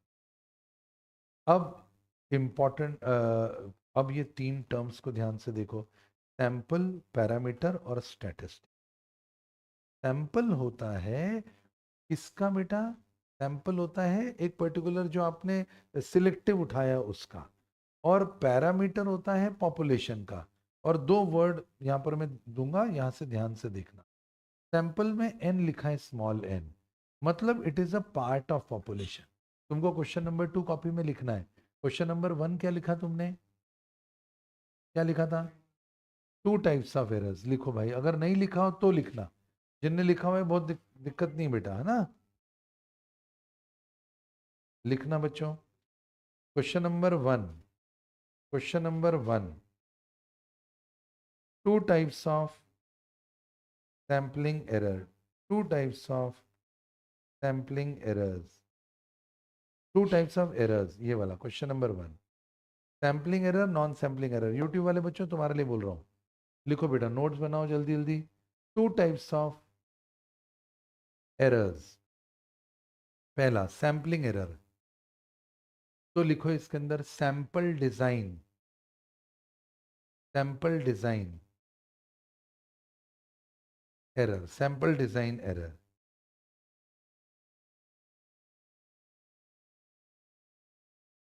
और नॉन सैंपलिंग एरर में लिखो बेटा,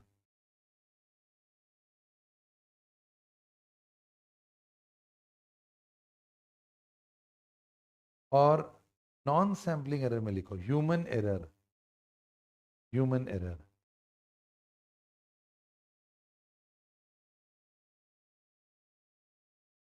बेटा Jan 25 के लिए ऑफलाइन आने के लिए हैरी, अब मतलब आपको रजिस्टर करना पड़ेगा बेटा, ये YouTube पर लाइव और फ्री है बेटा, यहाँ पेबल है वो। Very good.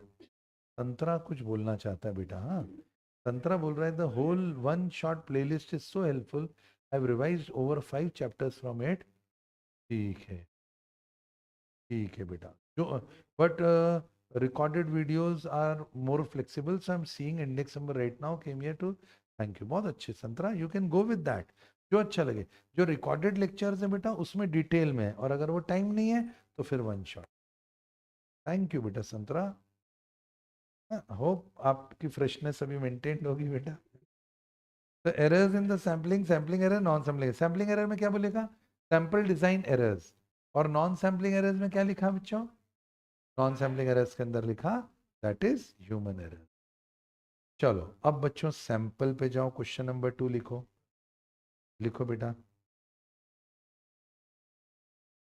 सैंपल पे जाओ। It is a part of population, it is a part of population showing characteristics, showing it's characteristics. ये पॉपुलेशन का वो हिस्सा है, ये पॉपुलेशन का एक हिस्सा है जो वही गुण रखता है, जो वही कैरेक्टरिस्टिक्स रखता है। It is a part of population showing the same characteristics, showing it's characteristics. Same नहीं, क्योंकि गलत भी हो सकता है, सैंपल लिया है तो गारंटी नहीं कि पॉपुलेशन का ट्रू रिफ्लेक्शन हो। It is a part of population showing it's characteristics. बोलो जी। मंजूर है बेटा, it is a part of population showing it's characteristics. जाऊं बच्चा, अब तीसरे को देखो। तीसरा पैरामीटर क्या होता है, तो मैंने इसके थोड़ा राइमिंग बना दिया। पैरामीटर होता है पी से पॉपुलेशन, पी से पैरामीटर। आई रिपीट बेटा, पी से पॉपुलेशन, पी से पैरामीटर, याद रहेगा। एस से सैंपल, एस से स्टैटिस्टिक्स। जरा बोलो तो बच्चों, एस से सैंपल, एस से स्टैटिस्टिक्स, पी से पैरामीटर, पी से पॉपुलेशन। चलो एक ऐसे समझते हैं, अगर पेस में पढ़ने वाले जितने बच्चे उनकी एवरेज एज निकाली तो वो पैरामीटर होगा कि स्टैटिस्टिक्स होगा? ध्यान से, तुमने अभी जो बोला उसको तो सही बोलो। मैंने पूरे पेस में जितने बच्चे आज तक पढ़ाए हैं पिछले 24 साल में, वो सब बच्चों की एवरेज एज निकाली, तो वो पैरामीटर होगा कि स्टैटिस्टिक्स होगा? तो ऐसे सोचो कि सर आपने सारे बच्चे जितने पढ़ाए तो वो तो पॉपुलेशन है, तो पॉपुलेशन का तो होता है पैरामीटर। अपनी क्लास में से 5 बच्चों की एवरेज एज निकाली, अपनी क्लास में भी 5 बच्चे उठा लिए सैंपल बतौर, तो वो क्या कहलाएगा? स्टैटिस्टिक्स। सैंपल से निकलता है स्टैटिस्टिक्स, पॉपुलेशन से निकलता है पैरामीटर। पर रटना नहीं है लॉजिक के साथ, है ना। ये सैंपल उठाया हमने तो ये स्टैटिस्टिक्स कहलाएगा, पर पूरे क्लास, पूरे जितने बच्चे आज तक पढ़ाए उन सबका एवरेज निकाला तो वो आ जाएगा पैरामीटर। बोलो मंजूर है? चलो बहुत बढ़िया है बाबा, बहुत बढ़िया है, चलते रहो जी, फर्स्ट क्लास जा रहे हो दोस्तों। ठीक है, आगे बढ़ो। क्वेश्चन नंबर, हम जा रहे हैं अब सेवेंथ। सिक्स हो गया, अब सेवेंथ पे जा, मतलब क्वेश्चन नंबर 3 जो सेवेंथ हेडिंग है बच्चों, स्टैंडर्ड एरर। हाय हाय हाय, ये तो इतना इंपॉर्टेंट है कि इसको तो तुमको अंदर तक के उतारना है। स्टैंडर्ड एरर, तो स्टैंडर्ड एरर जो है, अब देखो ध्यान से। तो स्टैंडर्ड एरर, अब बच्चों बताओ, दुल्हन ही दहेज बोलते थे ना यार पुराने जमाने में। हाँ, कि भैया तुम दहेज क्यों मांग रहे हो यार, दुल्हन दे दी हमने तुमको। अब हमारी बच्ची चार्टर्ड अकाउंटेंट, हमने पढ़ा लिखा कर उसको सारे गुण भी दिए, उसको सीए भी बनाया, अब उसके साथ हम दहेज नहीं देंगे भाई, गर्ल्स याद रखना। हाँ दहेज लेंगे फिर अपन, लड़की हमारी सीए भैया, फिर तो हम दहेज लेंगे। तो दुल्हन ही दहेज है, वो तुमको तुम्हारे घर में आएगी, कमाएगी, सब घर परिवार का भी ध्यान रखेगी, प्रेम भी सबको में बांटेगी, तो ऐसे में अब तुम दहेज क्यों मान रहे हो? दुल्हन ही दहेज है। वैसे ही सुन लो भैया, स्टैंडर्ड एरर ही स्टैंडर्ड डिविएशन है। तो अगर वो पूछता है कि स्टैंडर्ड एरर क्या है, तो भूलना नहीं, स्टैंडर्ड एरर ही स्टैंडर्ड डिविएशन है। तो देखो, standard deviation of the sampling is known as standard error. दुल्हन ही दहेज है, स्टैंडर्ड डिविएशन ही स्टैंडर्ड एरर। लिख ले बाबा, ये क्वेश्चन नंबर 3 है, ये आना है एग्जाम में, ये आना है। ठीक है साहब, चले जी आगे। कोई मन में डाउट? अब आगे बढ़ जाओ, क्वेश्चन नंबर 4 को देख लो बाबा। थोड़ा स्क्रीन ऊपर करूं, चौथा क्वेश्चन। बेटा देख, अब अभी तक के न्यूमेरिकल आया नहीं, मैं यूं सोच रहा हूं कि कल को न्यूमेरिकल आ जाए तो क्वेश्चन नंबर 4 ही ऐसा होगा। अगर पॉपुलेशन का स्टैंडर्ड डिवीजन सिग्मा दिया जाए, या पॉपुलेशन और या सैंपल का प्रोपोर्शन पी दिया जाए, आई रिपीट, या तो पॉपुलेशन का स्टैंडर्ड डिवीजन सिग्मा दिया जाए या तो सैंपल का प्रोपोर्शन पी दिया जाए, तो विथ रिप्लेसमेंट का फॉर्मूला है under root of sigma square upon N. अभी तक आया नहीं, मॉड्यूल में है, कभी भविष्य में आ जाए। तो under root of sigma square upon N ऊपर वाला फॉर्मूला जिसके ऊपर मैं गोला मार रहा हूं ये। परंतु बेटा विदाउट रिप्लेसमेंट का बेसिकली मतलब होता है जैसे तुमने सैंपलिंग ली। अब ये देखो, ये मैंने सैनिटाइजर की बोतल, कैलकुलेटर और पेन, इसमें से मेरे को 2 का सैंपल लेना है। अगर मैंने ये दोनों मुट्ठी भर के ऐसे उठा लिए तो विदाउट रिप्लेसमेंट, और ये ज्यादा अच्छा तरीका है। अगर मैंने इसमें से ऐसा लिया एक, फिर उसके बाद लिया, इसको वापस से डाल दिया और फिर दूसरी बार उठाया, तो हो सकता है ये दोबारा से आ जाए। कॉमन सेंस है। अगर मुझे 2 का सैंपल लेना है तो भैया सीधे उठा लो ये 2। अगर आप पहले एक उठा रहे हो, फिर विथ रिप्लेसमेंट टोकरी में डाल रहे हो, बैग में, और फिर दूसरी बार उठा रहे हो, तो हो सकता है यार फिर से यही आ जाए, तो फिर गलत हो जाएगा ना बेटा। ये कैसा बन जाएगा? विथ रिप्लेसमेंट में गलतियां हो सकती, तो विथ रिप्लेसमेंट में गलतियां बाबू हो सकती हैं, तो विथ रिप्लेसमेंट करते समय थोड़ा ध्यान देना है, गलती हो जाती है विथ रिप्लेसमेंट में। तो इस सिचुएशन में हमको दोनों में से एक चुनना पड़े, विथ रिप्लेसमेंट और विदाउट रिप्लेसमेंट, तो हम क्या करेंगे? विदाउट रिप्लेसमेंट, क्योंकि विदाउट रिप्लेसमेंट ज़्यादा एक्यूरेट है।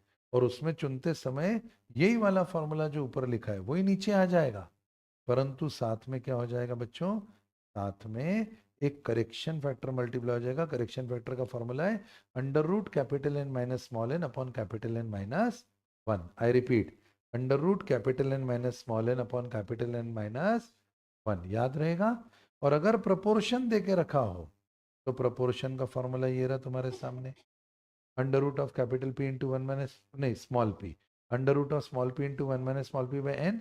पी प्रपोर्शन है भाई, 10 में से 2 बच्चे मंदिर जाते हैं, हमने सैंपल उठाया, तो 2/10 ये परसेंटेज आ गया, इस परसेंटेज को प्रोपोर्शन बोलते हैं, ठीक है। तो 0.02 ना 0.2 प्रोपोर्शन हो गया। अब उसमें हमको एरर निकालना है, आज तक पूछा नहीं है पर तैयारी करवा रहा हूँ, कल को आ जाए तो फिर वही वाला फॉर्मूला नीचे लिख लो। पर उसके साथ में आपको क्या करना पड़ेगा बाबू?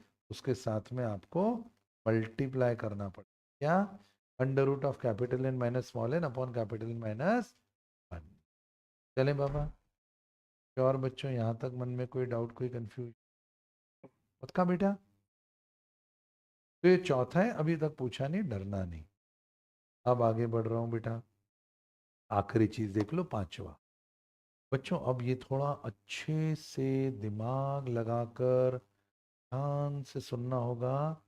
Determination of sample size, sample size को डिटरमाइन करना है कैसे? अब देखो 153 लेफ्ट हैंड साइड पे एग्जांपल दिया, वो देखना। 153 बहुत फेमस क्वेश्चन, अगर इन 5 के बाहर आ गया तो तुम जो बोलोगे मैं हार जाऊंगा। ये 5 में से ही आने वाले 2 क्वेश्चन, बस 5 अच्छे से करना। 1, 5 और 3, इसमें से तुमको सैंपल उठाना है। कैसा? 3 में से 2-2 का सैंपल। अब नीचे देखो, मैंने पूरा 3 में से 2-2 का सैंपल बनाने के लिए पहले फॉर्मूला निकाल लिया, कैपिटल एन के पावर में स्मॉल एन। कैपिटल एन कितने थे? 3, उसमें से कितने लेने थे? 2। 3 के पावर में 2 कितने आ गए? 9। अब 9 बन रहे, नजर नहीं हटाना, हाँ कबीर, ये देख। अब 1, 5 और 3, 1 1, आप देखते रहो, मैं बोल दूंगा 1 1 5 5 3 3 1 5 5 1 1 3 3 1 5 3 3 5। मोबाइल, सैनिटाइजर और कैलकुलेटर, पहली बार में भी निकला मोबाइल, दूसरी बार में मोबाइल। अगर रिप्लेसमेंट कर दिया तो पहली बार में भी कैलकुलेटर, दूसरी बार में भी कैलकुलेटर, पहली बार में भी सैनिटाइजर, दूसरी बार में भी सैनिटाइजर। 3, पहले सैनिटाइजर फिर कैलकुलेटर, पहले कैलकुलेटर फिर सैनिटाइजर। 5, पहले सैनिटाइजर फिर मोबाइल, पहले मोबाइल फिर सैनिटाइजर। 7, पहले कैलकुलेटर फिर मोबाइल, पहले मोबाइल फिर कैलकुलेटर। 9, 9 हो गए, आ गए 9 बच्चा। परंतु विदाउट रिप्लेसमेंट ज्यादा एक्यूरेट है। उसका formula capital N C small N. जब इतने कॉन्फिडेंस से बोल रहा हूं यही 5 आएंगे। Capital N C small N. Capital N कितना, जितने देके रखें, कितने हैं, 3। 3 में से 2 उठाते हैं, चलो ये 3 है। Calculator, sanitiser, pen. Sanitiser, calculator, 1। Sir इसको पलटी नहीं मार सकते? नहीं, मुट्ठी भर के उठाया ना। देख बादल में क्या लिखा है, एक साथ 2 सैंपल निकालना विदाउट रिप्लेसमेंट।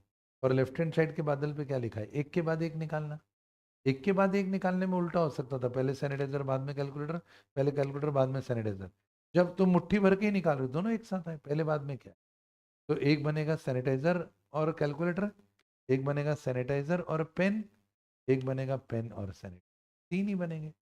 और उसका फॉर्मूला है capital N C small N. Capital N क्या देके रखा है, 3। और स्मॉल एन क्या देके रखा है, 2। तो 3C2 कैसे खुलेगा, 3 को 2 बार खोलो, याद करो तुमने पढ़ा है कॉम्बिनेशन। 3 को 2 बार खोलो, 2 को 1 तक खोलो, ऊपर बार नीचे तक, ऊपर बार नीचे तक। तो 3 को 2 बार खोला, 3 × 2, नीचे 2 को 1 तक खोला, 2 × 1। 3 × 2 अपॉन 2 × 1, 3। 3 निकाल के दिखाई दिया। 135 में से 13, 15, 35। बोलो मंजू, छपना ही है भाई साहब। क्या ये 5 क्वेश्चन हो गए? कोई बच्चा पांचों रिपीट कर सकता है सैम्पलिंग के 5 आईएमपी क्वेश्चन? हाँ ध्यान से देखना बेटा। पहला आईएमपी क्वेश्चन वापस, सैम्पलिंग के एरर्स। सैम्पलिंग एरर, डिजाइन करने में दिक्कत, नॉन सैम्पलिंग, मेमोरी लॉस, भूल जाना, इनकम्प्लीट कवरेज। दूसरा, सैंपल क्या है, पार्ट ऑफ पॉपुलेशन, जो क्या रिफ्लेक्ट करता है, पॉपुलेशन के कैरेक्टरिस्टिक्स बता। पैरामीटर किसका होता है, पॉपुलेशन का। स्टैटिस्टिक्स किसका होता है, सैंपल का। एस से सैंपल, एस से स्टैटिस्टिक्स, पी से पॉपुलेशन, पी से पैरामीटर। तीसरा क्वेश्चन, दुल्हन क्या है बेटा, दहेज है, इसलिए स्टैंडर्ड एरर, स्टैंडर्ड डिविएशन ही होता है। ये 5 यूट्यूब वाले समझ नहीं रहे हो मैं क्या दे रहा हूं, समझना इसकी कीमत। और अगला, 2 तरह से पॉपुलेशन का स्टैंडर्डेशन दिया जाएगा तो भी एरर निकलेगा लब्धि, और अगर प्रोपोर्शन दिया जाएगा तो भी एरर निकलेगा। प्रोपोर्शन का फॉर्मूला बोल दे बेटी, √P × 1 - P/n। क्योंकि स्टैंडर्डेशन के फॉर्मूले में अंडर रूट होता है, इसलिए स्टैंडर्ड एरर में भी होगा, क्योंकि दुल्हन ही दहेज है, स्टैंडर्ड ही स्टैंडर्डेशन है। और फिर उसके बाद में अगर प्रोपोर्शन जाना है तो प्रोपोर्शन की जगह स्टैंडर्डेशन का फॉर्मूला दिया, सिग्मा दिया हो, तो एरर निकालना है √σ²/n। पर विथ रिप्लेसमेंट और विदाउट रिप्लेसमेंट में ज्यादा अच्छा कौन सा है, विदाउट रिप्लेसमेंट। उसमें एक्यूरेसी ज्यादा होती है। करेक्शन फैक्टर कौन सा मल्टीप्लाई हो जाएगा, √N - स्मॉल एन अपॉन कैपिटल-1। आया। अब उसके बाद अच्छा ये भी एक बादल देखो, तुम ये स्टैंडर्ड एरर के फॉर्मूले के अंदर देख रहे हो, एन और स्टैंडर्ड एरर के बीच में क्या डिफरेंस, क्या कनेक्शन है। जैसे जैसे सैंपल साइज बड़ा होते जाता है, एरर कम हो जाता है। ठीक है, एरर कम हो जाता है। जैसे क्योंकि अगर अपनी क्लास में से एक बच्चे का सैंपल लिया तो गलत होगा, 5 लिया तो एक्यूरेसी बढ़ेगी, 10 लिया तो और एक्यूरेसी बढ़ेगी, 15 लिया तो और एक्यूरेसी बढ़ेगी। सैंपल बड़ा करोगे एरर कम होगा, क्योंकि बड़ा बड़ा हिस्सा आ रहा है पॉपुलेशन का। ठीक है बेटा। √n क्यों डाला, क्योंकि देखो पीले रंग से जो हाईलाइट करके रखा है अंडर रूट के अंदर n, और वहां स्टैंडर्ड एरर वो इनवर्स रिलेशनशिप है, तो 1/√n। अभी मैं इमेजिन कर रहा हूं पर आएगा कि नहीं आएगा, पर किसी जमाने में आता था। तुमने सैंपल 25 गुना कर दिया, एरर क्या होगा, 1/5। 25 का रूट आ जाएगा, बादल के अंदर देखो क्या लिखा है, 1/√n। और √n कहाँ से आ रहा है, ये रहा, ये देखो n यहाँ पड़ा हुआ है अंडर रूट के अंदर। ठीक है, तो अगर तुमने सैंपल को 25 गुना बड़ा कर दिया, एरर तुम्हारा 1/5 हो जाए। चलेंगे बेटा। अच्छा, 5वां question, determination of sample size. Sample size का डिटर्मिनेशन करना है, हमको पता करना है सैंपल साइज को डिटरमाइन करना है। तो सैंपल साइज को डिटरमाइन करना है, उसके 2 तरीके, with replacement, without replacement.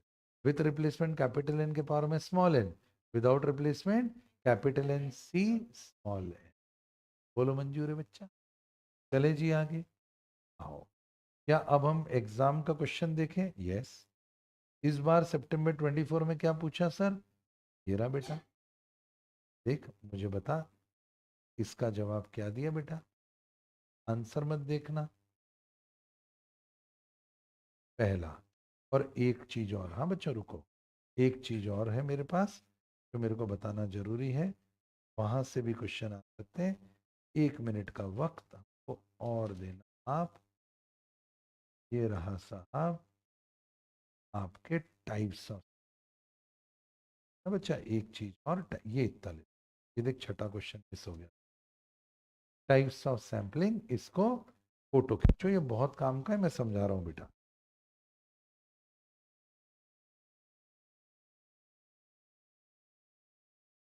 Types of sampling, sampling के प्रकार।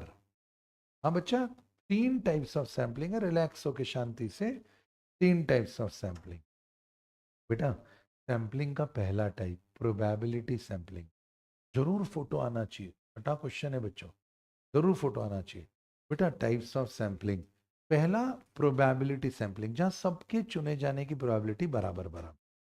प्रोबेबिलिटी सैम्पलिंग लिखा हुआ है, मेरी आंखों पे पट्टी बांध दो और क्लास के अंदर छोड़ दो। अब मैं बच्चे सैंपल बतौर लेकर आऊंगा, जो जो बच्चे मैं सैंपल बतौर लेकर आऊंगा उन सबके चुने जाने की प्रोबेबिलिटी बराबर होगी। तो जब सभी एलिमेंट की चुने जाने की प्रोबेबिलिटी बराबर होती है तो उसे क्या बोलते हैं, प्रोबेबिलिटी सैंपलिंग। ये बच्चा याद रहेगा, प्रोबेबिलिटी सैंपलिंग में सभी एलिमेंट के चुने जाने की प्रोबेबिलिटी बराबर। इसमें 3 टाइप्स आते हैं। पहला पढ़ो बेटा, simple random sampling. Simple random sampling वही है जो प्रोबेबिलिटी सैंपलिंग है, सबके चुने जाने की प्रोबेबिलिटी बराबर, उसी का नाम सिंपल रैंडम है। दूसरा बेटा स्ट्रैटिफाइड सैंपलिंग। मैंने कहा ए बच्चियों और मेरे बच्चों, कल से बेटा गर्ल्स इधर बैठना ना, कल से बॉयज इधर बैठना। तुमने बोला सर क्यों? क्योंकि मुझे सैंपलिंग करनी है। तो सर इधर से ले लो। अब इधर से लेने के और पता चला यहाँ लड़के ज्यादा थे तो लड़के का सैंपल आ गया। और अगर लड़कियां अलग बैठेंगी और लड़के अलग बैठेंगे तो मेरे को साफ दिखेगा ना लब्धि कि गर्ल्स इधर है बॉयज इधर है। तो फिर मैं ऐसे में गलती नहीं होगी। गर्ल्स में से एक सैंपल ले लूंगा तो एक लड़की तो श्योर आ जाएगी, बॉयज में से एक सैंपल ले लूंगा तो एक लड़का भी श्योर आ जाएगा। तो जब कोई पॉपुलेशन मिक्स्ड होती है, हेट्रोजिनस होती है, एक जैसी नहीं होती है, तो उसको होमोजिनस बनाने के लिए, एक जैसा बनाने के लिए उनके ग्रुप कर देते हैं। उनके ग्रुप कर देते हैं तो सैंपल लेने में आसानी हो जाती। भाई ये हमारे पास खरबूजा भी है, हमारे पास संतरा भी आ गया, हमारे पास टोमेटो भी है। अब इनमें से सैंपल लूंगा तो हो सकता है फल आए और सब्जी ना आए। तो मैंने क्या करा, सब फल को एक तरफ कर दिया, सब सब्जियों को अलग कर दिया। अब मैं सब्जियों में से भी लूंगा और फल में से भी लूंगा। ऐसा जब ग्रुप बनाकर सैंपलिंग करते हैं तो उसको बोलते हैं स्ट्रेटिफाइड सैंपलिंग। क्या मेरे टोमेटो संतरा खरबूजा सबको आया समझो बेटा? आया बच्चों? स्ट्रैटिफाइड। मल्टी स्टेज सैंपलिंग, सुनना बच्चों, मुझे इंडिया से एक सैंपल लेना। अरे बाबा रे, इंडिया, इंडिया के अंदर कितने सारे स्टेट, स्टेट के अंदर कितने सारे डिस्ट्रिक्ट, डिस्ट्रिक्ट के अंदर कितनी सारी सिटी, सिटी के अंदर कितनी सारी कॉलोनी। अरे बाबा ना, कैसे लेंगे? तो अलग अलग स्टेजेस पे लेते हैं। पहले इंडिया चुना, फिर उसके अंदर हमने स्टेट चुना एमपी, फिर एमपी के अंदर हमने सिटी चुनी, डिस्ट्रिक्ट चुना इंदौर, और इंदौर के अंदर जाके फिर हमने कॉलोनी चुनी वल्लभ नगर, और वहां से हमने सैंपल लिया। आया समझ में? तो जब पॉपुलेशन बहुत बड़ी हो तो उसमें से सैंपल लेना मुश्किल होता है, तो हम अलग अलग स्टेजेस में सैंपल लेते हैं। उसका नाम क्या है? Multi stage sampling. एग्जांपल ध्यान से सुन। अगला, non probability sampling. Non probability sampling मतलब जिसमें सबके चुने जाने की प्रोबेबिलिटी बराबर बराबर ना हो। मम्मी शॉपिंग करने जाती तो मम्मी टमाटर खरीदती, टोमेटो, मम्मी टमाटर खरीदती। तो टमाटर खरीदती तो बेटा मम्मी कितना ध्यान से टमाटर को देखती है ना, उसमें दाग तो नहीं है, सही है कि नहीं, ऊपर नीचे 4 बार सूंघ कर। तो ऐसे सब तरीके से मम्मी चेक करती कि टमाटर सही है कि नहीं। जब कोई एक्सपीरियंस आदमी अपने नॉलेज का यूज करके फिर सैंपल उठाता है तो वो नॉन प्रोबेबिलिटी सैंपलिंग बनता है। उसको बोलते हैं जजमेंटल सैंपलिंग, या बोलते पर्पसिव सैंपलिंग। क्या बोलते बोल के बताओ? जजमेंटल सैंपलिंग या पर्पसिव सैंपलिंग। हाँ, इनकम टैक्स रेड मारने के लिए आई, फॉर एग्जांपल अजय देवगन की पिक्चर रेड, पता है ना आपको? उसके अंदर रेड मारते तो जाकर वो दीवार सीलिंग को भी फोड़ रहे हैं, तो उधर से पैसा निकल रहा है, याद आ रहा है? बड़ी अच्छी पिक्चर थी रेड अजय देवगन की। तो वो तो इनकम टैक्स ऑफिसर, उसको पता है सीलिंग में भी इसने पैसा छुपा के रखा हुआ है, तो सीलिंग फोड़ो। ऐसा, तो जब कोई एक्सपीरियंस और नॉलेज से करता है तो उसको बोलते हम, that is judgemental purposes sampling. अब एक बड़ी अच्छी सैम्पलिंग है, जैसे गधे और घोड़े मिलके खच्चर बन जाते हैं, वैसे ही बेटा ये प्रोबेबिलिटी और नॉन प्रोबेबिलिटी में मिलती है और एक मिक्स्ड सैम्पलिंग बनती, जिसका नाम है सिस्टमैटिक सैम्पलिंग। अब समझना, इसमें मजा आएगा। हमको फॉर एग्जांपल 25 बच्चों का 50 बच्चों की क्लास है, 50 बच्चों की क्लास में से 5 का हमको सैंपल लेना है, तो मैं 50 को 5 से डिवाइड करूंगा। 50 था पॉपुलेशन, 5 था सैंपल साइज, स्क्रीन पे देखना, स्क्रीन के राइट हैंड साइड पे। तो 50 को 5 से डिवाइड कर दिया, या 100 को 5 से डिवाइड कर दिया, 100 का एग्जांपल दिया, 100 समझाता हूँ बच्चे, 100 बच्चे बैठे, मेरे को 5 का सैंपल लेना है, तो 100 को 5 से डिवाइड करूंगा तो 20 आएगा सैंपल इंटरवल। तो ये जरा वर्ड को याद रखना, हम सैंपल इंटरवल निकालते हैं पॉपुलेशन को डिवाइड करके सैंपल साइज से। अब बड़ा जादू हो जाता है बेटा, ध्यान से देखना, बड़ा जादू आ जाता है। अब 100 को 5 से डिवाइड करो तो 20 आया, अब 20 का इंटरवल आ गया। अब इसमें से कोई एक रैंडम सैंपल उठा लो, जैसे मैंने ले लिया 3, अब 3 में 20 जोड़ दो तो आ गया 23, 20 जोड़ दो तो आ गया 43, 20 जोड़ दो तो आ गया 63, 20 जोड़ दो तो आ गया 83। अब इसमें रैंडम भी और नॉन रैंडम भी है। कैसे सर? जो पहला 3 उठाया वो रैंडम सैंपल था, जो पहला 3 उठाया वो रैंडम सैंपल था, और 20 20 20 20 जो जोड़ते गए वो नॉन रैंडम था, क्योंकि वो तो फिक्स था, है ना। नॉन रैंडम, पहला रैंडम आ गया 3, भाई 3 की जगह 4 उठाता कोई, तो 4 में 20 जोड़ते 24, फिर 20 जोड़ते 44, फिर 20 जोड़ते 64, फिर 20 जोड़ते 84। तो पहला सैंपल जो चुना जाता है वो रैंडम होता है, उसके बाद के जितने सैंपल होते हैं वो सब फिक्स्ड। इसको क्या बोलते हैं? सिस्टमैटिक सैंपलिंग, जो एक गैप से आता है। अब रिपीट करो, आखिरी वाले भाई लोग रिपीट करना।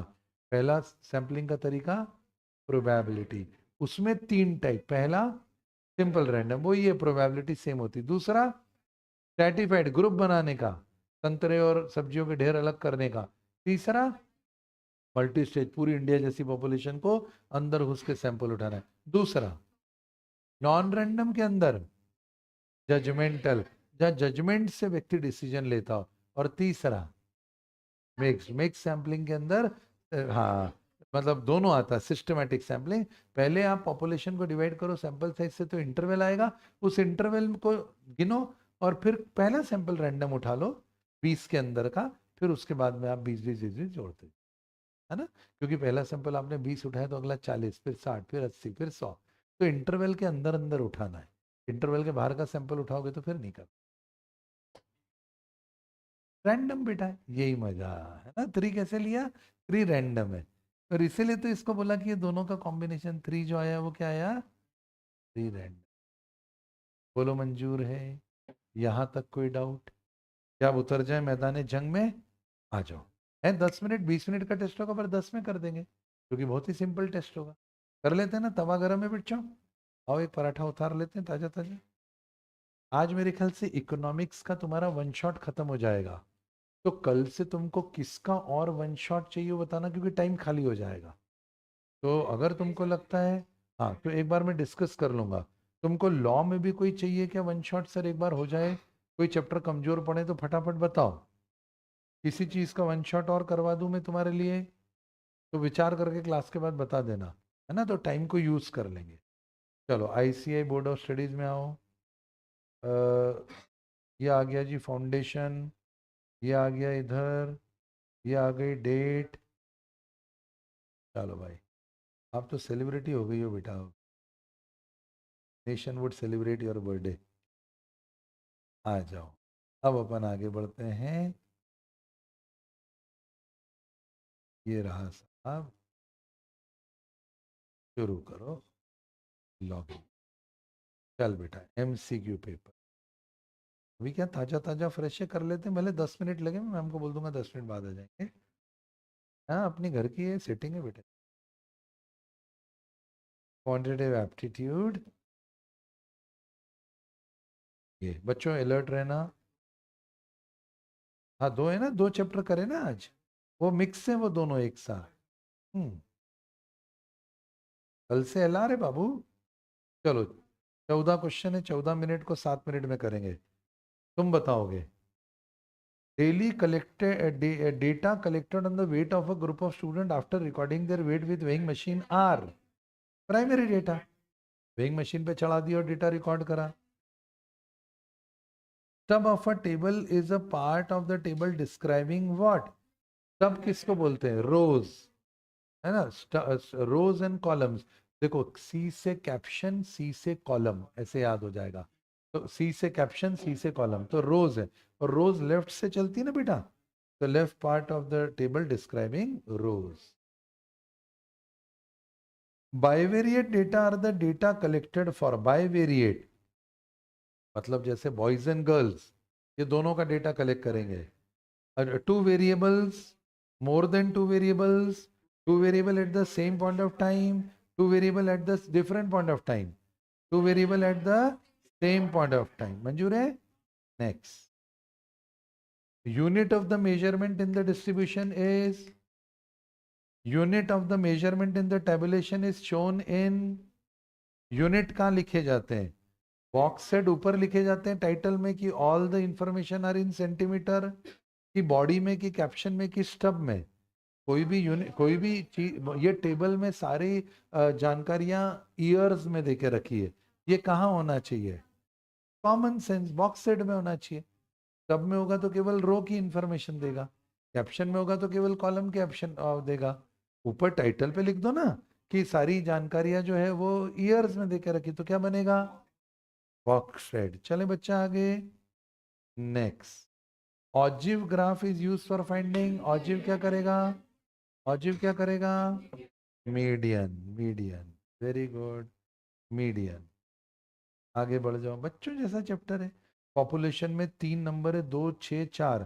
Find the possible number of sample two with replacement. है बाबू, रिप्लेसमेंट. कैपिटल एन के पावर में स्मॉल एन. कैपिटल एन कितना है? 3. स्मॉल एन कितना है? 2. 3 के पावर में 2 करोगे तो क्या आएगा? 9. Next. Dash is the upper part of the table describing the column and सब कॉलम. ऊपर के पार्ट का टेबल जो कॉलम और सब कॉलम्स होता है.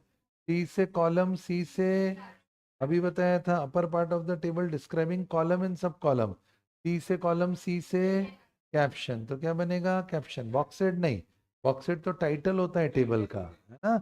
जब वो बोल रहा है ना बच्चा कॉलम और सब कॉलम, तो फिर आपको कैप्शन बोलना पड़ेगा. चले बाबू. A tabulation, in tabulation source of any data if any is shown in source. ये जानकारियां भास्कर से ली गई हैं. ये ऊपर लिखा जाता है कि नीचे? क्या नीचे वाले को बोलते हैं फुट नोट. पर 4 मेजर पार्ट कौन से होते हैं टेबल के? बॉक्स सेट, टाइटल, रोज, कॉलम्स और बॉडी. पर फुट नोट नीचे रहता है, वो कोई मेजर पार्ट नहीं है टेबल का. ये जानकारियां सब दैनिक भास्कर के से ली गई हैं, है ना. तो ये कहाँ आएगा? Foot note. Next. A sample survey is prone to. कोई भी सैंपल का सर्वे करते हो, कोई भी सर्वे सैंपल उठाते हो, तो उसमें क्या हो सकता है? Sampling error, non sampling error, दोनों में से कोई एक ही होती है कि दोनों हो सकती है? दोनों हो सकती है. शाबाश. Next. As a sample size decreases. जैसे सैंपल छोटा होता चला जाता है, छोटा होता चला जाता है, तो तुम्हारा sample standard error increases. Proportionately तो नहीं होता है ना. जैसे फॉर एग्जांपल तुमने सैंपल को आधा कर दिया, तो स्टैंडर्ड एरर डबल हो जाएगा, क्योंकि वो तो अंडर रूट में होता है, तो कुछ तो भी पॉइंट में आएगा. तुमने आधा कर दिया 2, तो 2 का रूट करोगे तो 1.414 होगा, है ना. तो इंक्रीजेस कर दूं, इनवर्स रिलेशनशिप होता है. जितना बड़ा सैंपल उतना एरर कम. इंक्रीजेस. बहुत अच्छा जा रहे हो बच्चों. unequal width of the classes in the frequency distribution do not cause any difficulty in the construction of. अगर क्लासेस की चौड़ाई कम ज्यादा भी हो जाए तो ये वाला चित्र बनाने में कोई फर्क नहीं पड़ता. कौन सा चित्र? हिस्टोग्राम. क्योंकि अगर चौड़ाई बढ़ भी गई तो वाई एक्सिस पे फ्रीक्वेंसी की जगह फ्रीक्वेंसी डेंसिटी आ जाती है, तो वर्ड आ जाएगा हिस्टोग्राम. बराबर है? हिस्टोग्राम. आगे बढ़ो. इन ऑर्डर टू कंपेयर 2 और मोर रिलेटेड सीरीज. 2 या 2 से ज्यादा सीरीज का कंपैरिजन करते समय क्या कंसिडर करते हैं? 2 या 2 से ज्यादा सीरीज का कंपैरिजन करते समय क्या करते हैं? Multiple bar chart, group bar chart, A और बी, ए एंड बी। अब सुनो बेटा, मल्टीपल देखो, मल्टीपल बार चार्ट बहुत सारे बार बने या ग्रुप बार चार्ट बने, दोनों एक ही होता है। ग्रुपिंग करना है, बार चार्ट्स एक साथ बना दो। मैं तुमको फोटो दिखा के आता हूँ। Multiple bar chart, group bar chart. ओ सामने, एक मिनट बच्चों, हाँ क्या लिख रहा हूँ बच्चों, ग्रुप बार चार्ट। देखो तुम देख लो कि तुम्हारी आंखों में पिक्चर बैठ जाएगा, तुम सब नागिन हो। ग्रुप बार चार्ट, तो नागिन जैसा बेटा अपनी आंखों में समा लेना। नागिन नागिन सीरियल देखते हो क्या? ये है, ये दिखा, तो ऐसा नागिन जैसा इसको आंखों में खींच लो। इसको बोलते हैं ग्रुप बार चार्ट या मल्टीपल बार चार्ट, क्योंकि ग्रुप है, ग्रुप बने हुए, और मल्टीपल है, बहुत सारे ही है। याद रहेगा?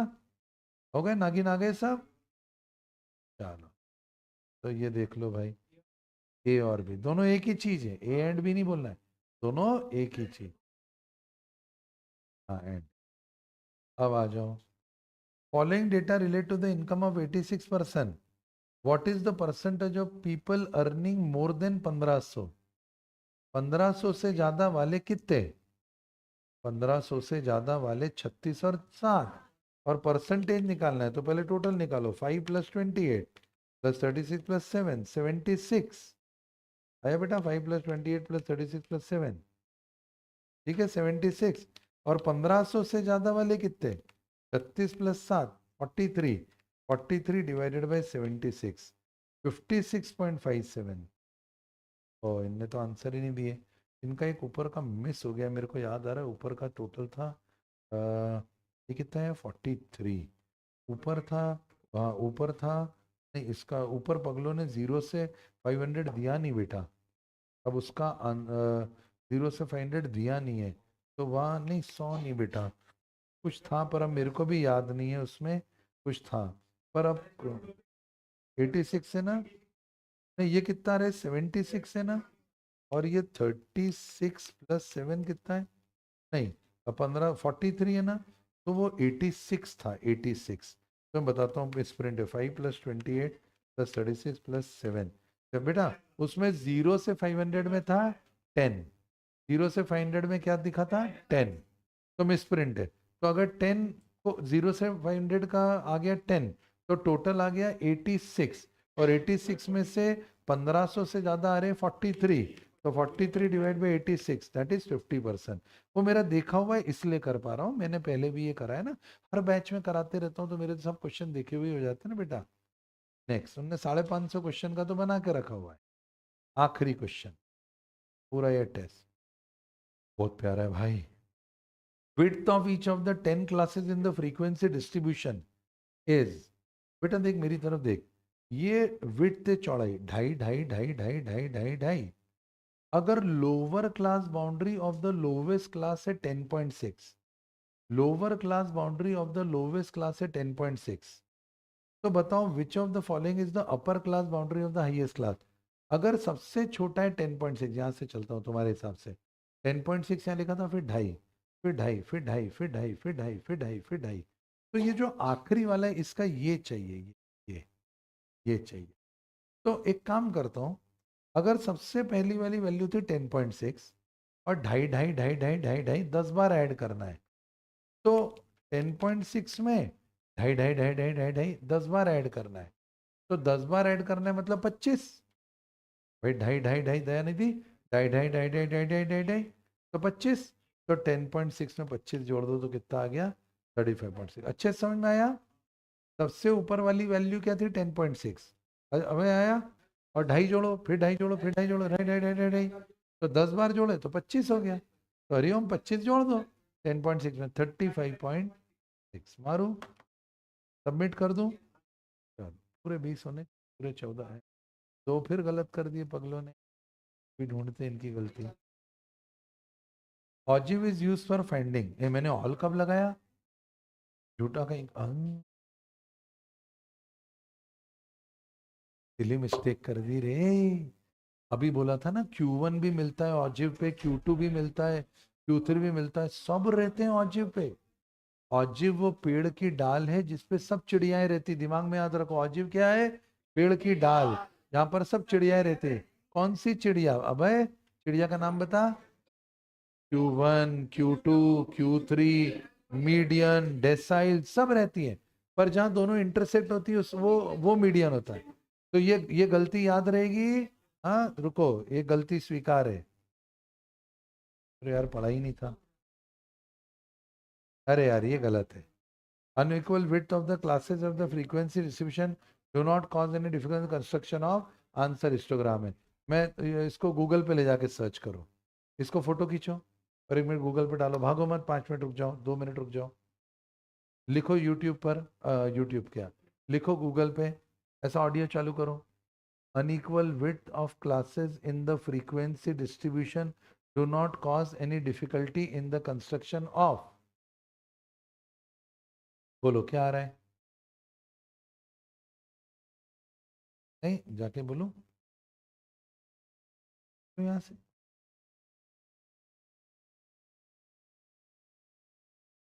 बताओ, बाकी तो सब सच। क्या आ रहा है? आया हिस्टोग्राम? लिख के बताओ।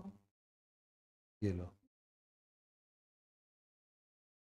हाँ बस तो वही चाहिए ना, यही तो क्वेश्चन था कि unequal class width do not cause any difficulty in the construction of histogram. वो दिखाया तो था मैंने कि वो बड़ा भी चौड़ाई भी हो जाए हिस्टोग्राम की तो फर्क नहीं, क्योंकि वहां पर डेंसिटी आ जाती। तो हमको एक गलती स्वीकार है, वो भी हड़बड़ी में अपन ने गलती करी। 13 सही थे 14 में से। चलो यहाँ पर स्टैटिस्टिक्स का सिलेबस और वन शॉट खत्म होता है। कल से वन शॉट शुरू होने जा रहे हैं किसके बेटा?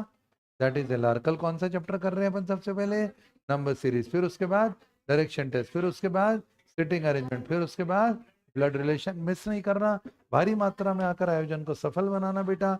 20 नंबर बटने वाले हैं कल से। That's all for today. Thank you so much. God bless. Take care. Love you and bye bye.